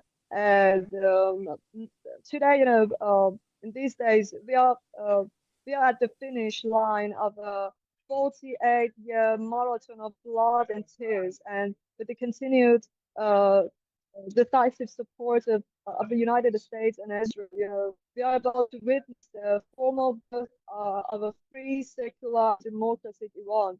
The era of mullahs is over, and the era of the people has begun. But actually, you know, about what's happening in Iran, the sense coming out of Iran are breathtaking. You know, despite the ongoing strikes and the remnants of the regime security forces, the wall of fear has completely evaporated, and people aren't just celebrating; they are organizing. You know, they're ready for reclaiming their neighborhoods. For decades, you know, the terrorist Islamic regime was told that Iranians anti-Western, but look at them now. You know, they're waving the lion and sun flag.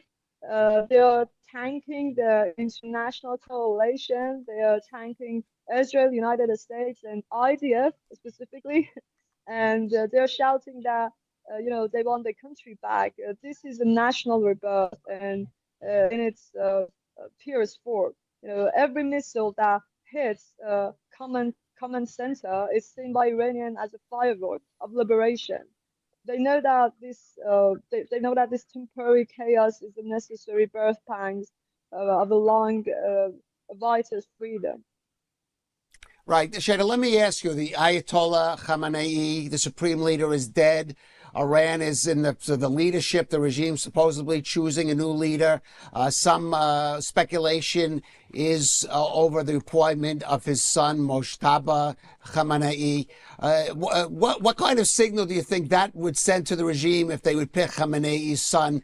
How would the Iranian people, we know how they reacted to the death of his father, how would they react, or what is your reaction to the fact that his son may take over his role as a supreme leader? In my view, it means he's the next target.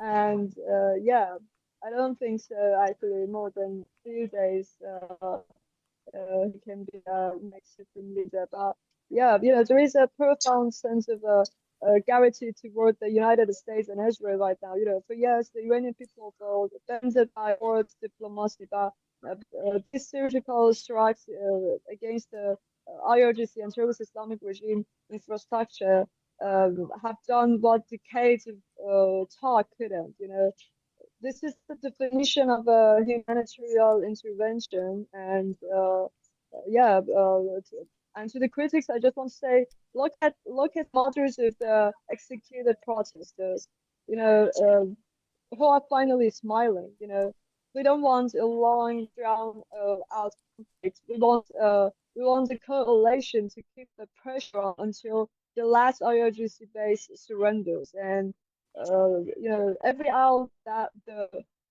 Israel and the United States stand firm against these terrorists saved thousands of Iranian lives, and we are ready to, you know, be be Israel's most reliable ally in the region. But the first, we must finish the liberation together. And now the only thing I have to say, just yeah, people, they are celebrating and they're looking for end of this regime. And I think Moshtaba Khamenei is the next target of the IDF and United States Army. And yeah. Right. Shada, let me ask you, what you mentioned the critics of this war, and I have seen many Iranian activists like yourself and others responding to those who say, well, this is a war just being done for the benefit solely of Israel, or primarily for the solely of Israel, and that whatever regime follows will just be an imperialist puppet. And almost in a sense, some of them, in some in Western circles, even coming to defense of the regime, of people like the Ayatollah Khamenei. What do you have to say to those people, to those voices on social media, some even in the streets and certainly in the media too? Yeah, actually, in this revolution, Iranian revolution, actually, so many people, actually more than 30,000 people got killed by the brutal Islamic regime. And our people, actually, we are here in London demanding for help from Israel and America. I mentioned here again, exactly in your program last week. We are demanding for help. We are demanding for help from Israel and America. And now our people are celebrating inside Iran. You can actually, I told you actually, look at the mothers of the execute protester who are finally smiling.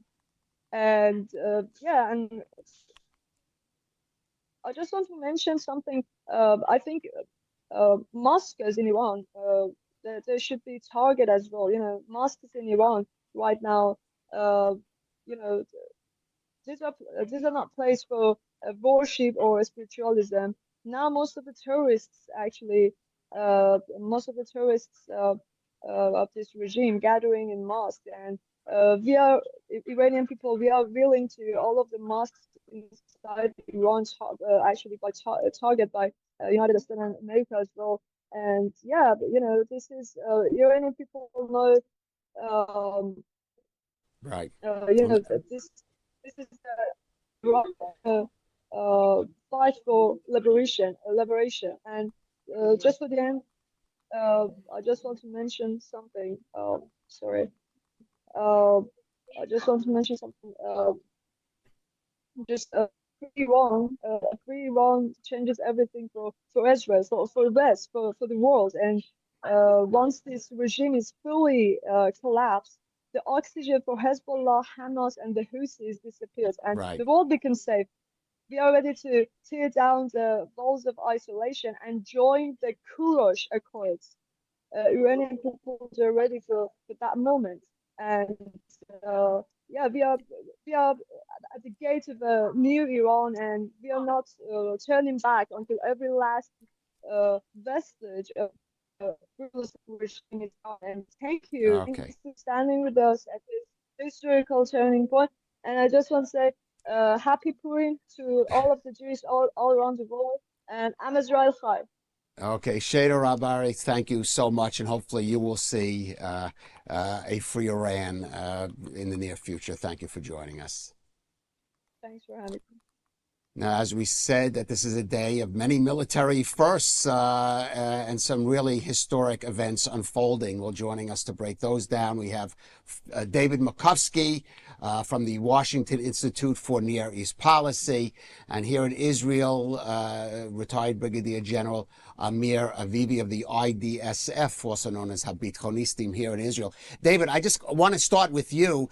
A dramatic escalation in the war today. We earlier showed a clip of Secretary of War Hegseth talking about the first U.S. torpedo attack on an enemy ship since World War II. I want to get your reaction to that and what you think the reaction is going to be to the extension of this war, really now almost into kind of a global conflict stretching from Turkey to the Indian Ocean and the waters off of Sri Lanka. Yeah, well, thank you. Always glad to be with you. And look, I think when the historians write about this war, they will look at the major blunder that the Iranians did. They thought they had the levers on Trump with the Gulf states and Kalev. I think that was a huge miscalculation. They thought Trump listens to three people. The MBS, Mohammed bin Salman of Saudi Arabia, Mohammed bin Zayed of the United Arab Emirates, the Emir of Qatar, all for their fabulous wealth, and they will force Trump to force a halt to this war. But this ended up enraging them to be attacked. Qatar, as you know very well, has been, as the world knows, has been, trying to prevent this war and often taking Iran's side. And even they were struck, and the Emirates have taken it the most. So you're right about it. It's a widening war, but I would argue that Iran is increasingly isolated in this region, and not to mention that the Chinese, the Russians, they haven't come to Iran's side in any meaningful way. And I think Iran has deepened its own isolation by making a really major blunder. All right, we'll break that down a little more. Amir, also a historic day for the Israeli military. Tremendous success for the Israel Air Force there in Tehran. And of course, the first time an F-35 jet in a combat situation shooting down an enemy plane. But what does the Israeli military, the U.S. military need to do further to strike, let's say, a decisive blow that would at least achieve the aim not just of taking out Iran's military and nuclear capabilities, but potentially paving the way for regime change?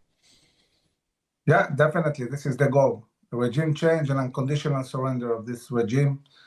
And there are tens of thousands of targets that have been analyzed and divided between Israel and the U.S. We're just 4 days into the war, and we're achieving complete air dominance over Iranian skies. And the moment we do so, and we're doing so, we're moving from acting standoff to stand in. And this is a completely different ballgame. Once the planes are flying over Iranian sky, you can shoot endless amount of capabilities on them from much closer. The pace in which we're destroying the capabilities is unbelievable. It's amazing. We're talking about 86% of the ballistic missile capability has been destroyed. Multiple bases of the Revolutionary Guards, the Basij forces, all the main headquarters of the regime. The whole Navy has been sunk. 17 ships are deep in the bottom of the sea. So this regime is being dismantled and destroyed at an amazing pace. And now it's just going to enhance dramatically. And as the regime is getting desperate, they push really hard Hezbollah to join the fight. And Hezbollah did this mistake and joined. And Israel has been preparing decisive plans against Hezbollah. We were waiting for this moment. And now Israel launched a big attack on Hezbollah. And I think that in the coming weeks, we'll see really both Iran, Hezbollah, maybe the Houthis, if they will join, really being defeated militarily. And then the big issue is, okay, how do you do a regime change? And to do so, you need the people of Iran. You need to mobilize them. All right. Well, we'll talk about it a little bit more. I want to go back to you, David. I know that at the Washington Institute, over the years, you've been worked with and have been in close contact with policymakers in some of those Gulf countries. As you said, Iran making perhaps a historic mistake in targeting even countries we thought of as allies of the Iranian regime, Qatar and countries like Oman that have tried to negotiate on their behalf. Now we see Iran lashing out at them. There's talk of even countries like Qatar and Saudi Arabia taking military action. Where do you see the lasting impact? Could we see a real sort of policy change by some of these countries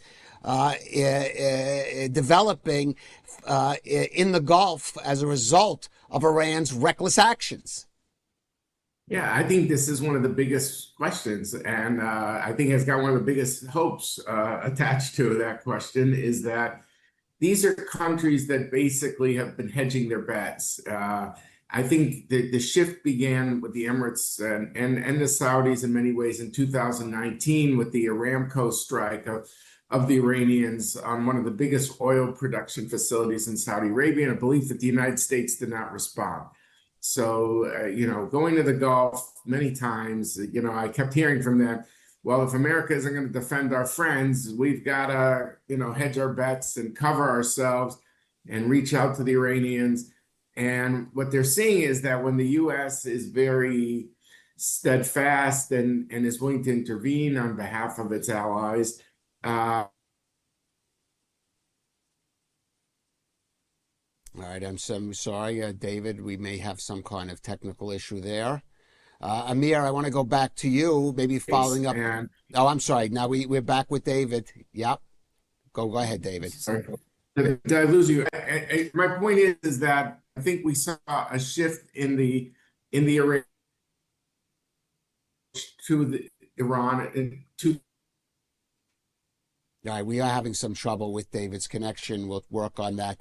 Amir, let me follow up on that. Are there opportunities for Israel here with the potential of regime change in Iran, or even if there isn't, just with what has been developed in this war, these Iranian attacks against countries like Qatar, which France or Israel has seen as traditionally an antagonist, certainly in recent decades. By the way, seeing now apparently an Iranian attack against Turkey, are there strategic opportunities being opened in this war, even beyond simply getting rid of the Iranian regime?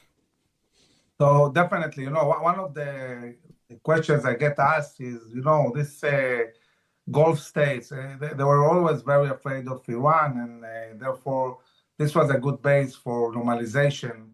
And the Abraham Accords, part of the idea of the Abraham Accords is really this alliance with Israel and the US against Iran. So the question was, if the Iranians, fall, there is a change of regime, what motivation will these countries have to normalize relations? And of course they will have, because the US is, creating really an hegemonic dominance in the Middle East and beyond. Everybody wants to be on the side of the winners.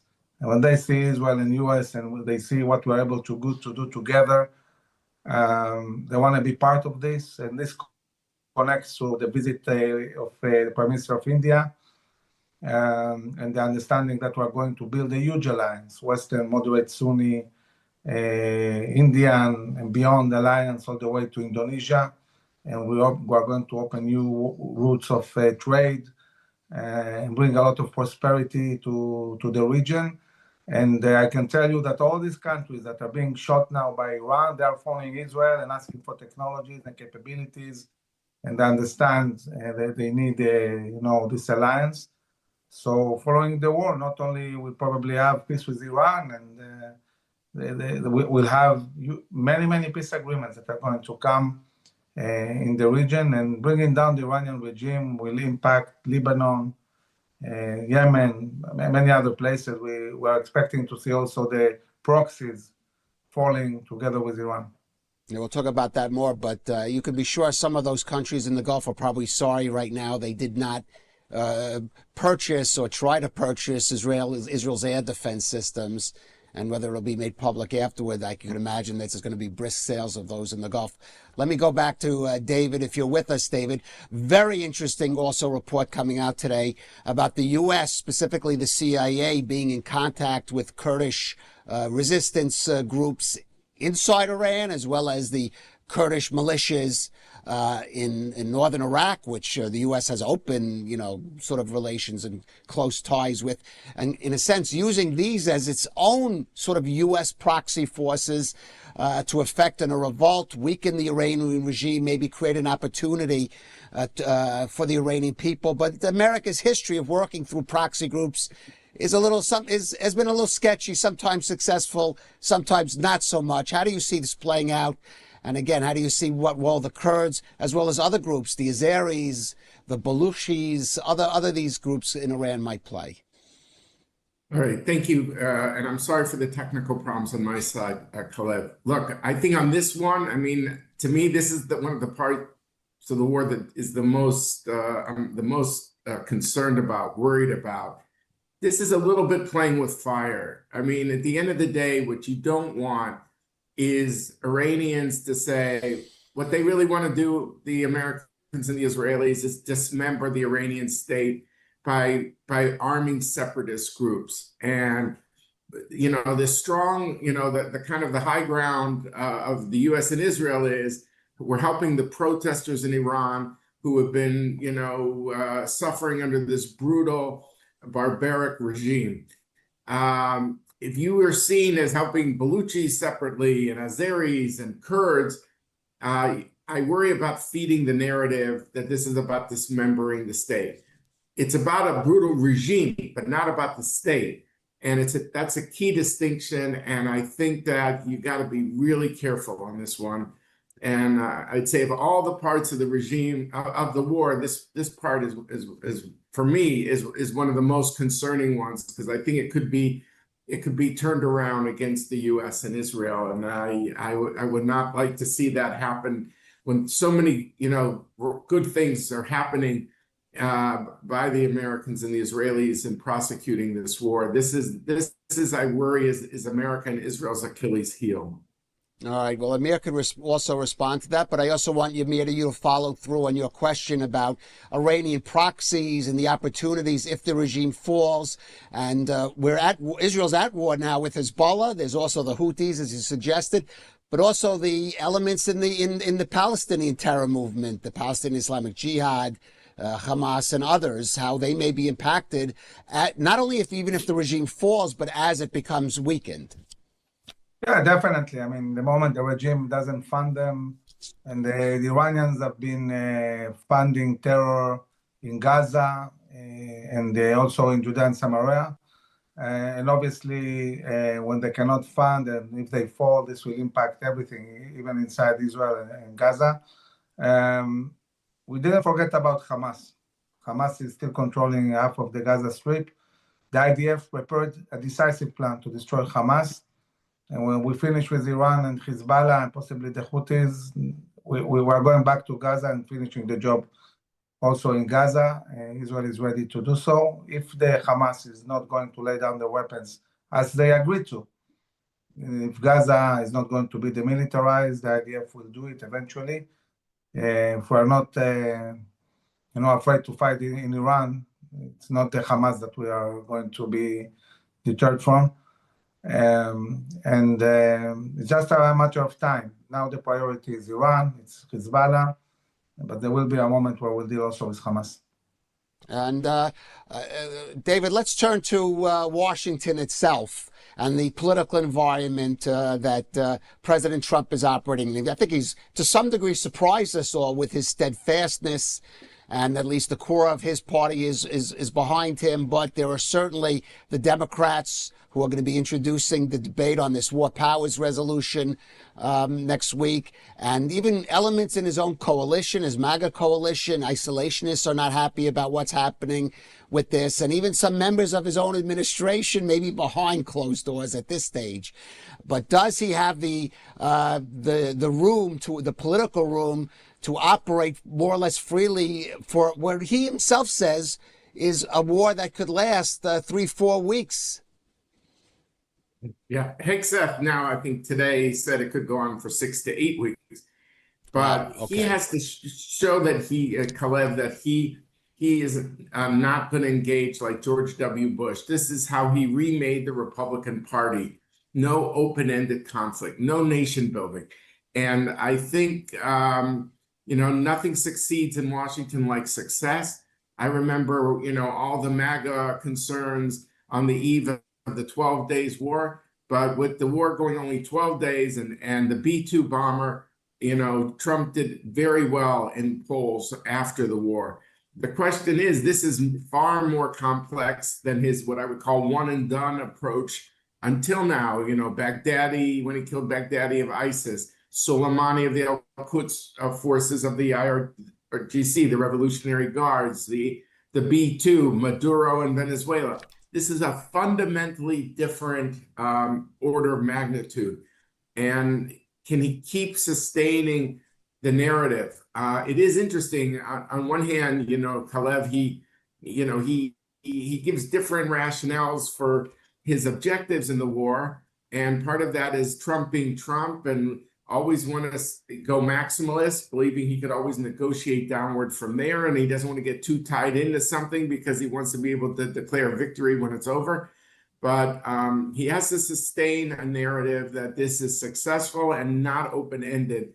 As you say, I mean, this is basically horseshoe politics we're seeing in America that we have not seen before, where that the hard left and the hard right are not that far apart in terms of the horseshoe. They have different rationales, different critiques, but Trump has held it, and he's pushed back on the Tucker Carlsons of this world and Megyn Kelly's and people like that.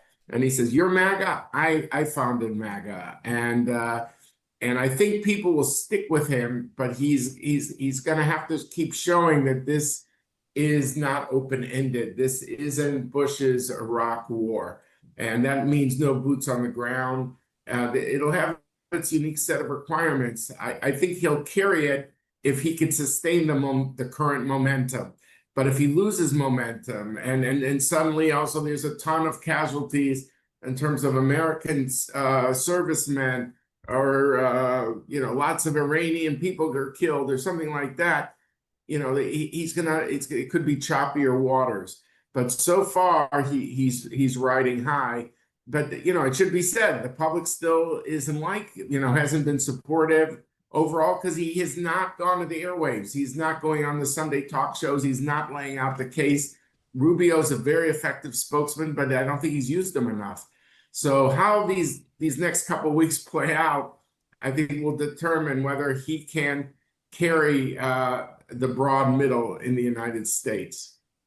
All right. Well, that I think is going to certainly be key, because President Trump is the one who is calling the shots, basically, in this conflict. Really, all depends. It all comes down with all that great within both the great military might of Israel, the smart military might. I'm sorry, the great military might of the U.S. and the smart military might of Israel. It really comes down to the willpower of President Trump to continue this fight to the end. David Makovsky and Amir Avivi, thank you for joining us on ILTV. Now, Israel was preparing to gradually reopen its airspace tonight, in fact, Wednesday into Thursday, in order to begin bringing home tens of thousands of Israelis stranded abroad. Now, under the emerging plan, Ben Gurion Airport will operate 24 hours a day and reopen in a controlled, phased manner. El Al has arranged special rescue flights from 22 locations in North America, Europe, and Asia to shuttle Israelis back home. In the first stage of the repatriation operation, 1 passenger aircraft per hour will be permitted to land. In the second stage, 2 aircraft per hour will be allowed, subject to security and operational conditions.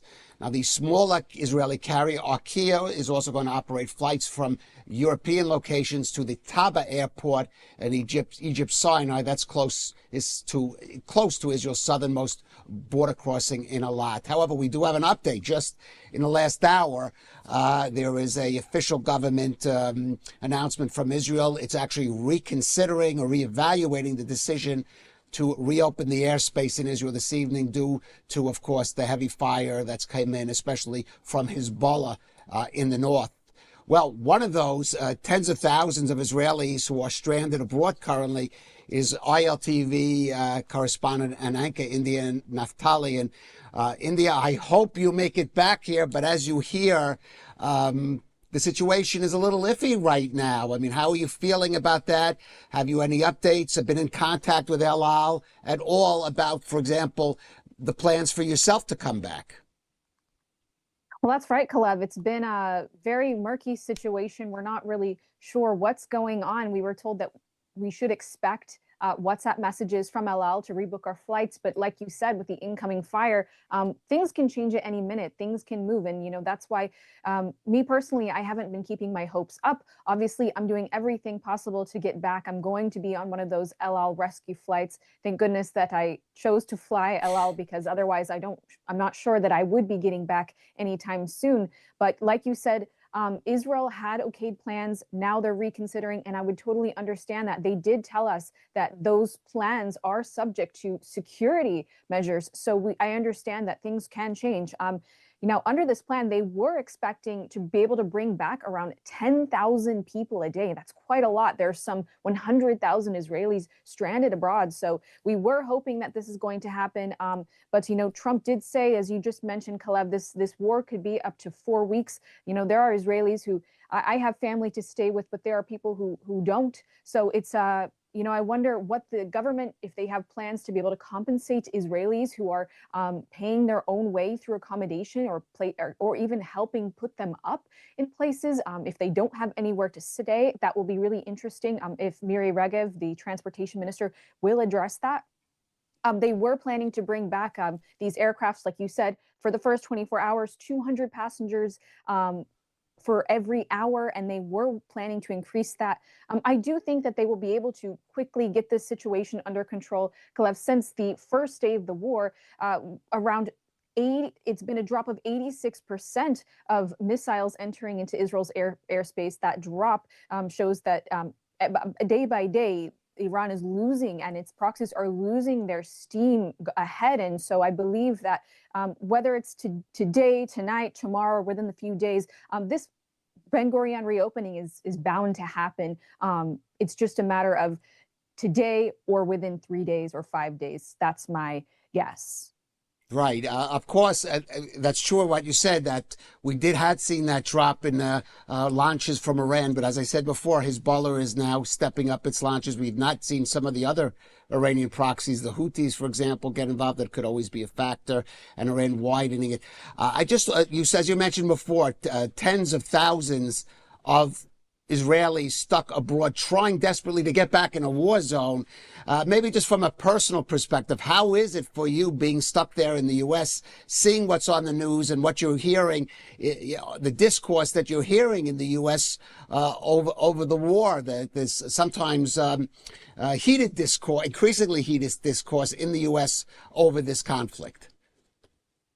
Well, first of all, as your guests were just talking about this debate, a Reuters poll came out, a Reuters Ipsos poll came out and said that only 1 in 4 Americans support this strike. And I think that has to do a lot with the stain on American psyche of this previous wars in the Middle East, in Afghanistan, in Iraq. And I think President Trump has a lot of PR work to do to let the American public know that this is not just another Middle Eastern war, but this is the war to end all wars. Kalev, if and I won't even say if, when Iran is toppled, people don't understand that this being the source of so many conflicts in the Middle East, this would truly be the war to end all wars. But I don't believe Americans right now are understanding that. And that's exactly how I feel. Personally, I would do anything to get back. Most of the attacks happening to Israel are through the air. So I do believe and trust in Israel's missile interception systems. We know from past conflicts, there's been an interception rate of 85 to 90%. So me going back, I have no fear to be in Israel with you all. And I'm really hoping to be able to get back because I trust that Israel puts its security and its citizens first. Well, we are hoping for you to get back as soon as possible. India Naftali, thank you for joining us. Thank you, Kalev. And now, finally, a message from one of our sponsors. As the conflict with Iran enters a dangerous new phase, Israel and the U.S. remain united on the front lines in this fight for freedom. Now, since the fight began, Iran has unleashed hundreds of missiles and drones at the Holy Land. A missile strike in Beit Shemesh killed 9 Israelis and destroyed a synagogue. Impacts across Israel have left families devastated and hundreds displaced. Millions of Israelis are sheltering under a national state of an emergency. The International Fellowship of Christians and Jews has been preparing for this moment and is on the ground right now. Reinforced mobile bomb shelters are being deployed. Underground hospitals, emergency operating rooms, and first response teams are being stocked with life-saving medical supplies and protective gear. Nourishing food and baby supplies are being provided to displaced families. In this critical hour, your support helps protect Israel's most vulnerable and stand firmly for freedom and faith. Stand for Israel, stand for freedom. Give generously today. To rush your gift, call 888-488-IFCJ. That's 888-488-IFCJ. IFCJ, or go online at ifcj.org. And keep in mind to be generous. And that is a wrap for this special edition of ILTV Security Brief. I want to thank you all for joining us and all for the support that you've given watching ILTV as we try to bring you the latest news here out of Israel in this time of war. Thank you for all of that. I'm Kalev Ben David, and take care and stay safe.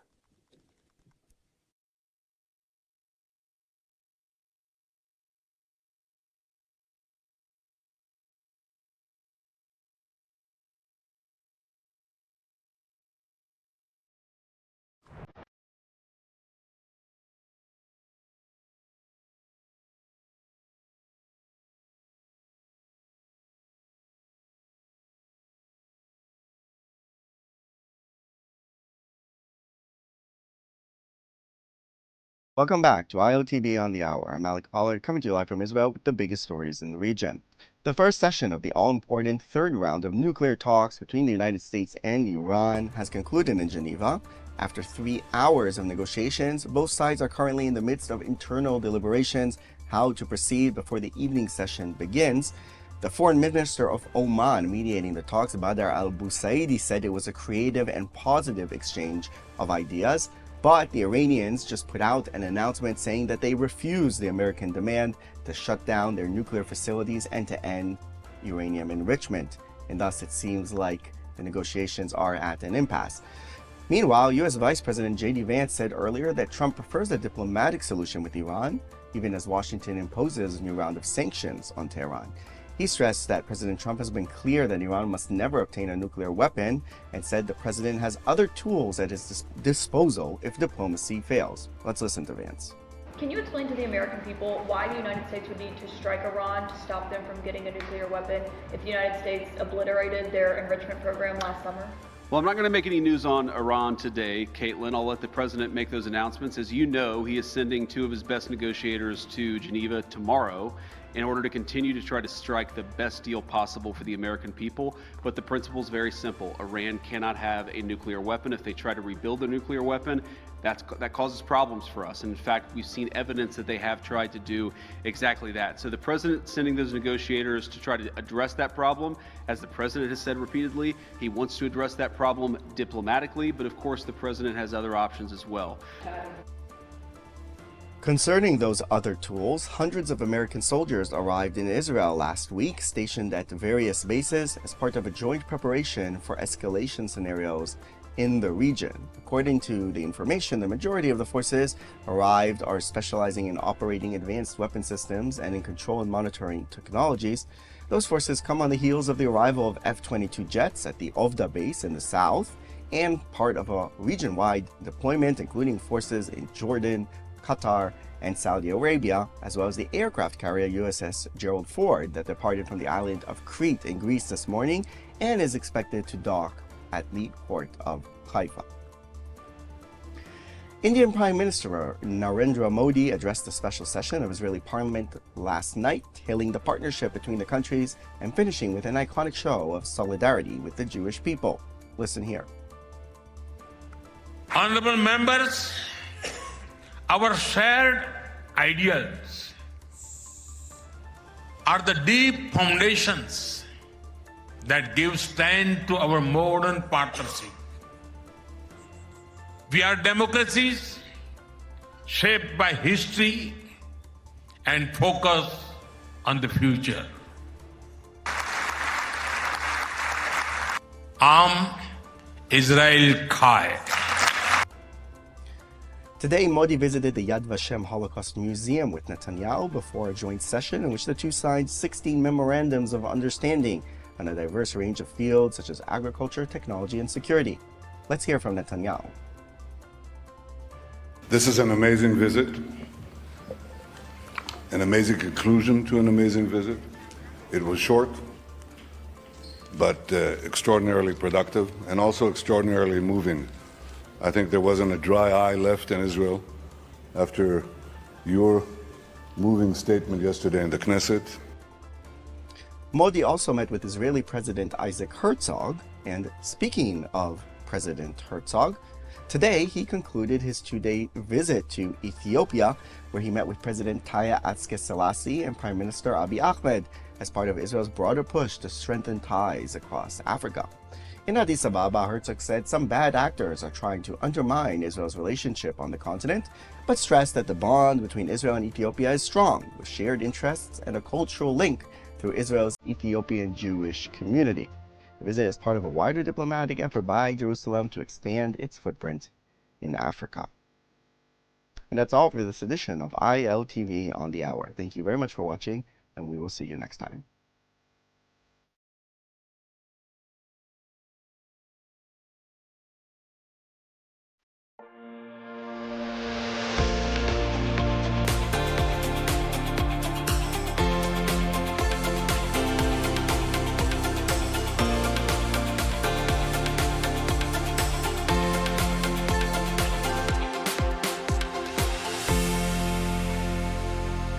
Joining us now from a bomb shelter in Israel is Shimona Geffen, the Director of Communications for Yad Ezra Shulamit. Shimona and her team are delivering food directly to Israel's elderly, disabled, and most vulnerable communities. Shimona, thank you so much for being with us again. Can you start by telling us about the situation on the ground here in Israel? Thank you for having me. Right now, the situation in Israel is very tense. Sirens are going throughout the days. We are running in and out of bomb shelters. For all of us, it's frightening. We're living through very difficult times, but for the elderly, the vulnerable, and people living in poverty, it's even more difficult. Unfortunately, us at Yad Ezra Shulamit, we are experienced in operating during these times, but for many, people don't realize that for the elderly and the handicapped individuals, wartime means that they are trapped. They cannot constantly run up and down the stairs to get to their bomb shelters, to get to their miklats. So what many of them are doing is they are staying in their miklats throughout the day with very little food, and what food they do have is running out. So how does Yad Ezra Shulamit help? I mean, what are you guys doing on the ground to assist with this? So the moment tensions escalated, we began preparing. Just this week, we purchased 2 million shekels worth of ready-to-eat food that can be stored in the bomb shelters, canned goods, crackers, tuna, anything that you can eat that doesn't need to be cooked. We are also preparing ready-cooked meals for Shabbat and ready-cooked meals for people. Our fleet of 15 trucks go from bomb shelter to bomb shelter, door to door, delivering food to people who need our help. And how many people are you currently assisting? I know you guys have done a lot of work in the past in this as well, but in this conflict so far? So on a regular basis, we feed over 60,000 people during the week. And with the last war, we realized how many more people need help during times of emergencies. So what we started doing, we started delivering ready cooked meals and food for the week for people that cannot get out to the shops, cannot cook their own meals. And when we delivered the food, we realized how the tears in the eyes, we realized how the relief that this gave to people and how much they needed it and how much it was just for their emotional well-being, their physical well-being. And we realized the important work that we are doing. Without us, these people would be just eating bread and pretzels throughout the day in their bomb shelters. While the IDF is fighting this battle and we are seeing miracles every single day, it's also our job to help the most vulnerable in Israel, to give them food and give them what they need. Please scan the QR code, join us in this incredible mission, is helping everyone that we can. Every donation, big or small, will go to feeding someone. Please help us donate. Stand with Israel, stand with us. All right, well, we do have to leave it at that, but I want to thank you, Shimona, for all the work that you're doing and the organization. Stay safe. Thank you.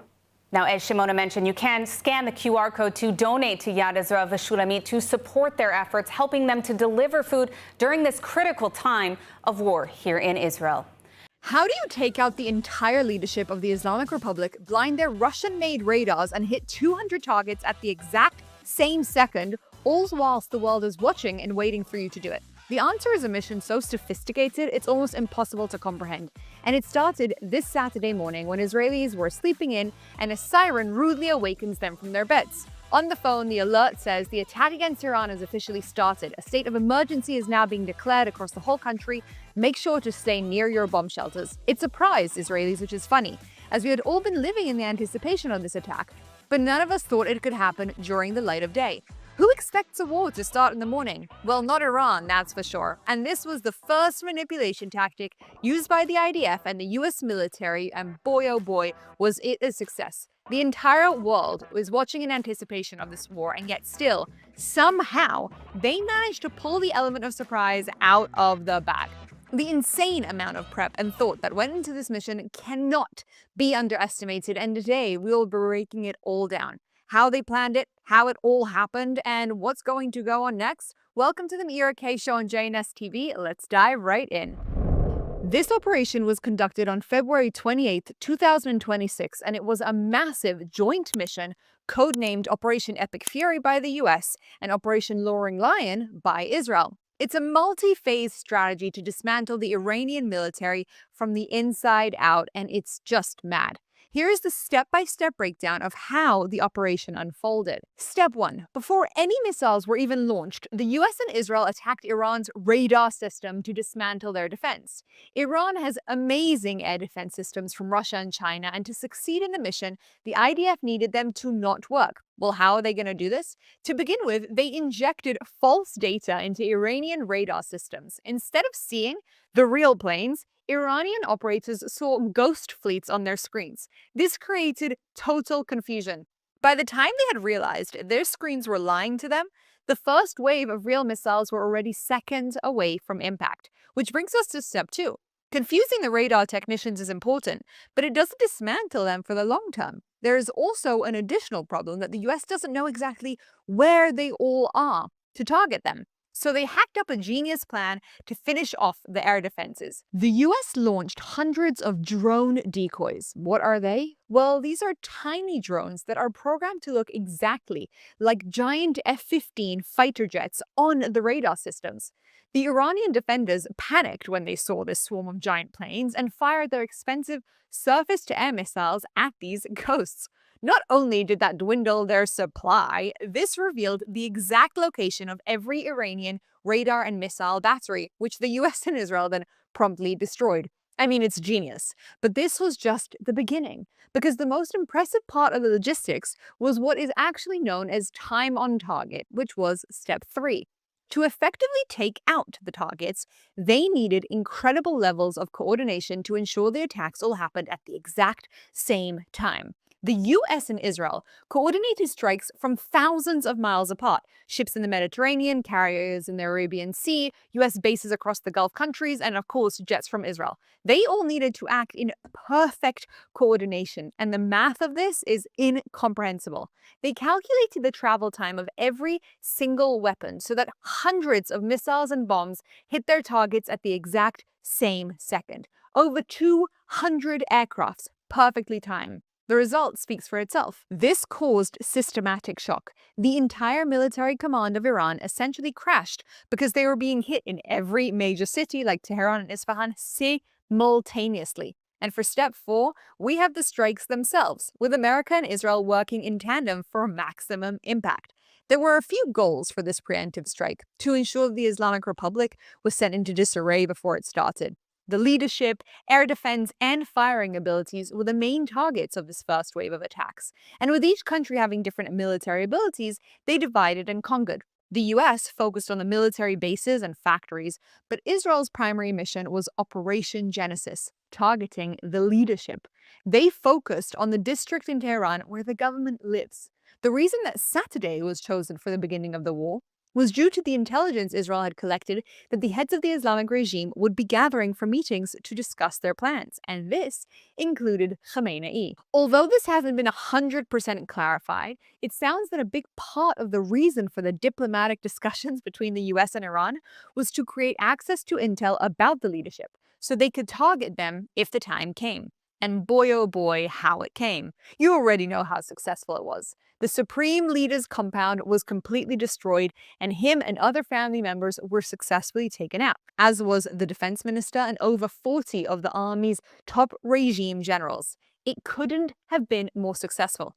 Khamenei is now gone, and as of this moment, we are hearing reports that his planned successors have also been eliminated. According to the IDF, all senior terrorist leaders of Iran's axis of terror have been eliminated. I repeat, all of them have been eliminated. Think of the shock to the Islamic regime. In a matter of minutes, almost the entire chain of command is wiped out, which leads to chaos and inability to effectively act. But even with that being the case, the Islamic Republic have launched an incredible counterattack. But we will get to that in a second. The US, meanwhile, is taking out more and more nuclear abilities, looking for launchers and factories that build Iran's ballistic abilities. They are also focused on taking out instrumental government facilities and buildings, marking an act of resistance and strengthening the Iranian people's resolve to fight back. To do so, they are using the most sophisticated military equipment known to man, like the B-2 stealth bombers, to drop massive bunker-buster bombs on underground nuclear sites that regular missiles couldn't reach. And which brings us to step number 5, because another big issue arises now. With all of these fighter jets and stealth aircrafts, the amount of fuel needed is astronomical. The flight from Israel to Iran is over 1,000 miles, let alone from the US, and the jets need to refuel. Here comes the crazy solution. Huge tanker planes waiting in secret corridors over neighboring countries. The fighter jets would hook up to these tankers in midair, refill their tanks while flying, and then continue the mission. This allowed them to stay over Iran for hours to hunt down mobile missile launches. Israel and the US now basically have complete control of the airspace. For context, during the 12-day war, we had 4. Now we have over 50 in the skies. For the first 2 to 3 days of this war, the US and Israel are smashing the Islamic Republic. The missions have been almost a complete success, with only 1 or 2 fighter jets shot down by friendly fire in Kuwait. But according to reports, the pilots are alive and only lightly injured. With all that being said, however, Iran is not going down without a fight, and they are giving it their all. In other conflicts with them in the past, they have taken their time to retaliate. This is due to diplomatic reasons and psychological warfare. Keeping Israelis on their toes and afraid is absolutely a win for the Islamic Republic, but not this time around. Within hours, they had launched massive barrages of missiles at Israel, but not only Israel. And this is where it starts to get interesting, because this was unexpected. They launched drones and missiles at 8 other countries as well, leading to an all-out war in the Middle East. But we are getting ahead of ourselves, because Iran's plan of retaliation is actually extremely sophisticated and held many different prongs to it, all of which we'll break down now. To begin with, they had activated a decentralized defense, meaning commanders now have full autonomy of decision-making. They had planned that this might happen. With the Beeper operations not far off their minds, they knew that the leadership would be the first to be targeted. And so they had set up their response team to be able to handle not having a center of command. Because Iran is so big and the regime knows that they are prone to revolutions, they have built out a very extensive web systems of military responses across Iran designed to shut down uprisings quickly. This system is proving to be very effective for activity when there isn't access to the top brass decision makers. It is these fighters that are currently shooting at anybody celebrating Khamenei's death, but also manning the firing abilities at other countries. Now, whilst everybody anticipated attacks on Israel, they weren't expecting the Gulf countries to be hit with such an intense level of war. In numbers, just to understand, within the first 2 days, Bahrain had been hit with over 45 ballistic missiles and drones, Jordan 13 missiles and over 30 drones, Kuwait tens of missiles, Qatar over 60 missiles, and the UAE had over 137 missiles and over 200 drones attack their civilian areas. These are enormous numbers. That's over 730 projectiles not aimed at Israel, which has also had hundreds of missiles ourselves. The regime had promised to attack the US bases operating from other Arab countries, and whilst many of them were evacuated, but not all, especially those that were needed for this operation, they didn't expect Iran to just attack the countries as a whole. Because the Islamic Republic has been focusing on civilian and tourist areas, especially in the UAE. Let's explain this for a second. We're used to thinking of Iran as the enemy of the West, which we now know they very, very much are. But within their religion, it's actually a bit more complex than that. We, the West, are infidels. But what about Muslims that support the West or act according to the West? What are they? They are deemed traitors, and the Islamic Republic hates them almost as much as us, if not more. But there is another level to this. Remember when there was supposed to be an attack on Iran a few months back, and we had reported that it was the Gulf countries, Saudi and Qatar, that had pushed for the attack to be stopped? The reason being that they didn't want their tourism reputation to be destroyed. They had been promising themselves as a country that is the safest place in the world, and a war in the Middle East would destroy the reputation that they had been working for years to build. They were hoping to stop an attack on Iran to make sure that they didn't end up as collateral damage, and they put a lot of pressure on America to make that happen. Iran understand this, and they have been hoping that similar pressure would be put on the West this time around if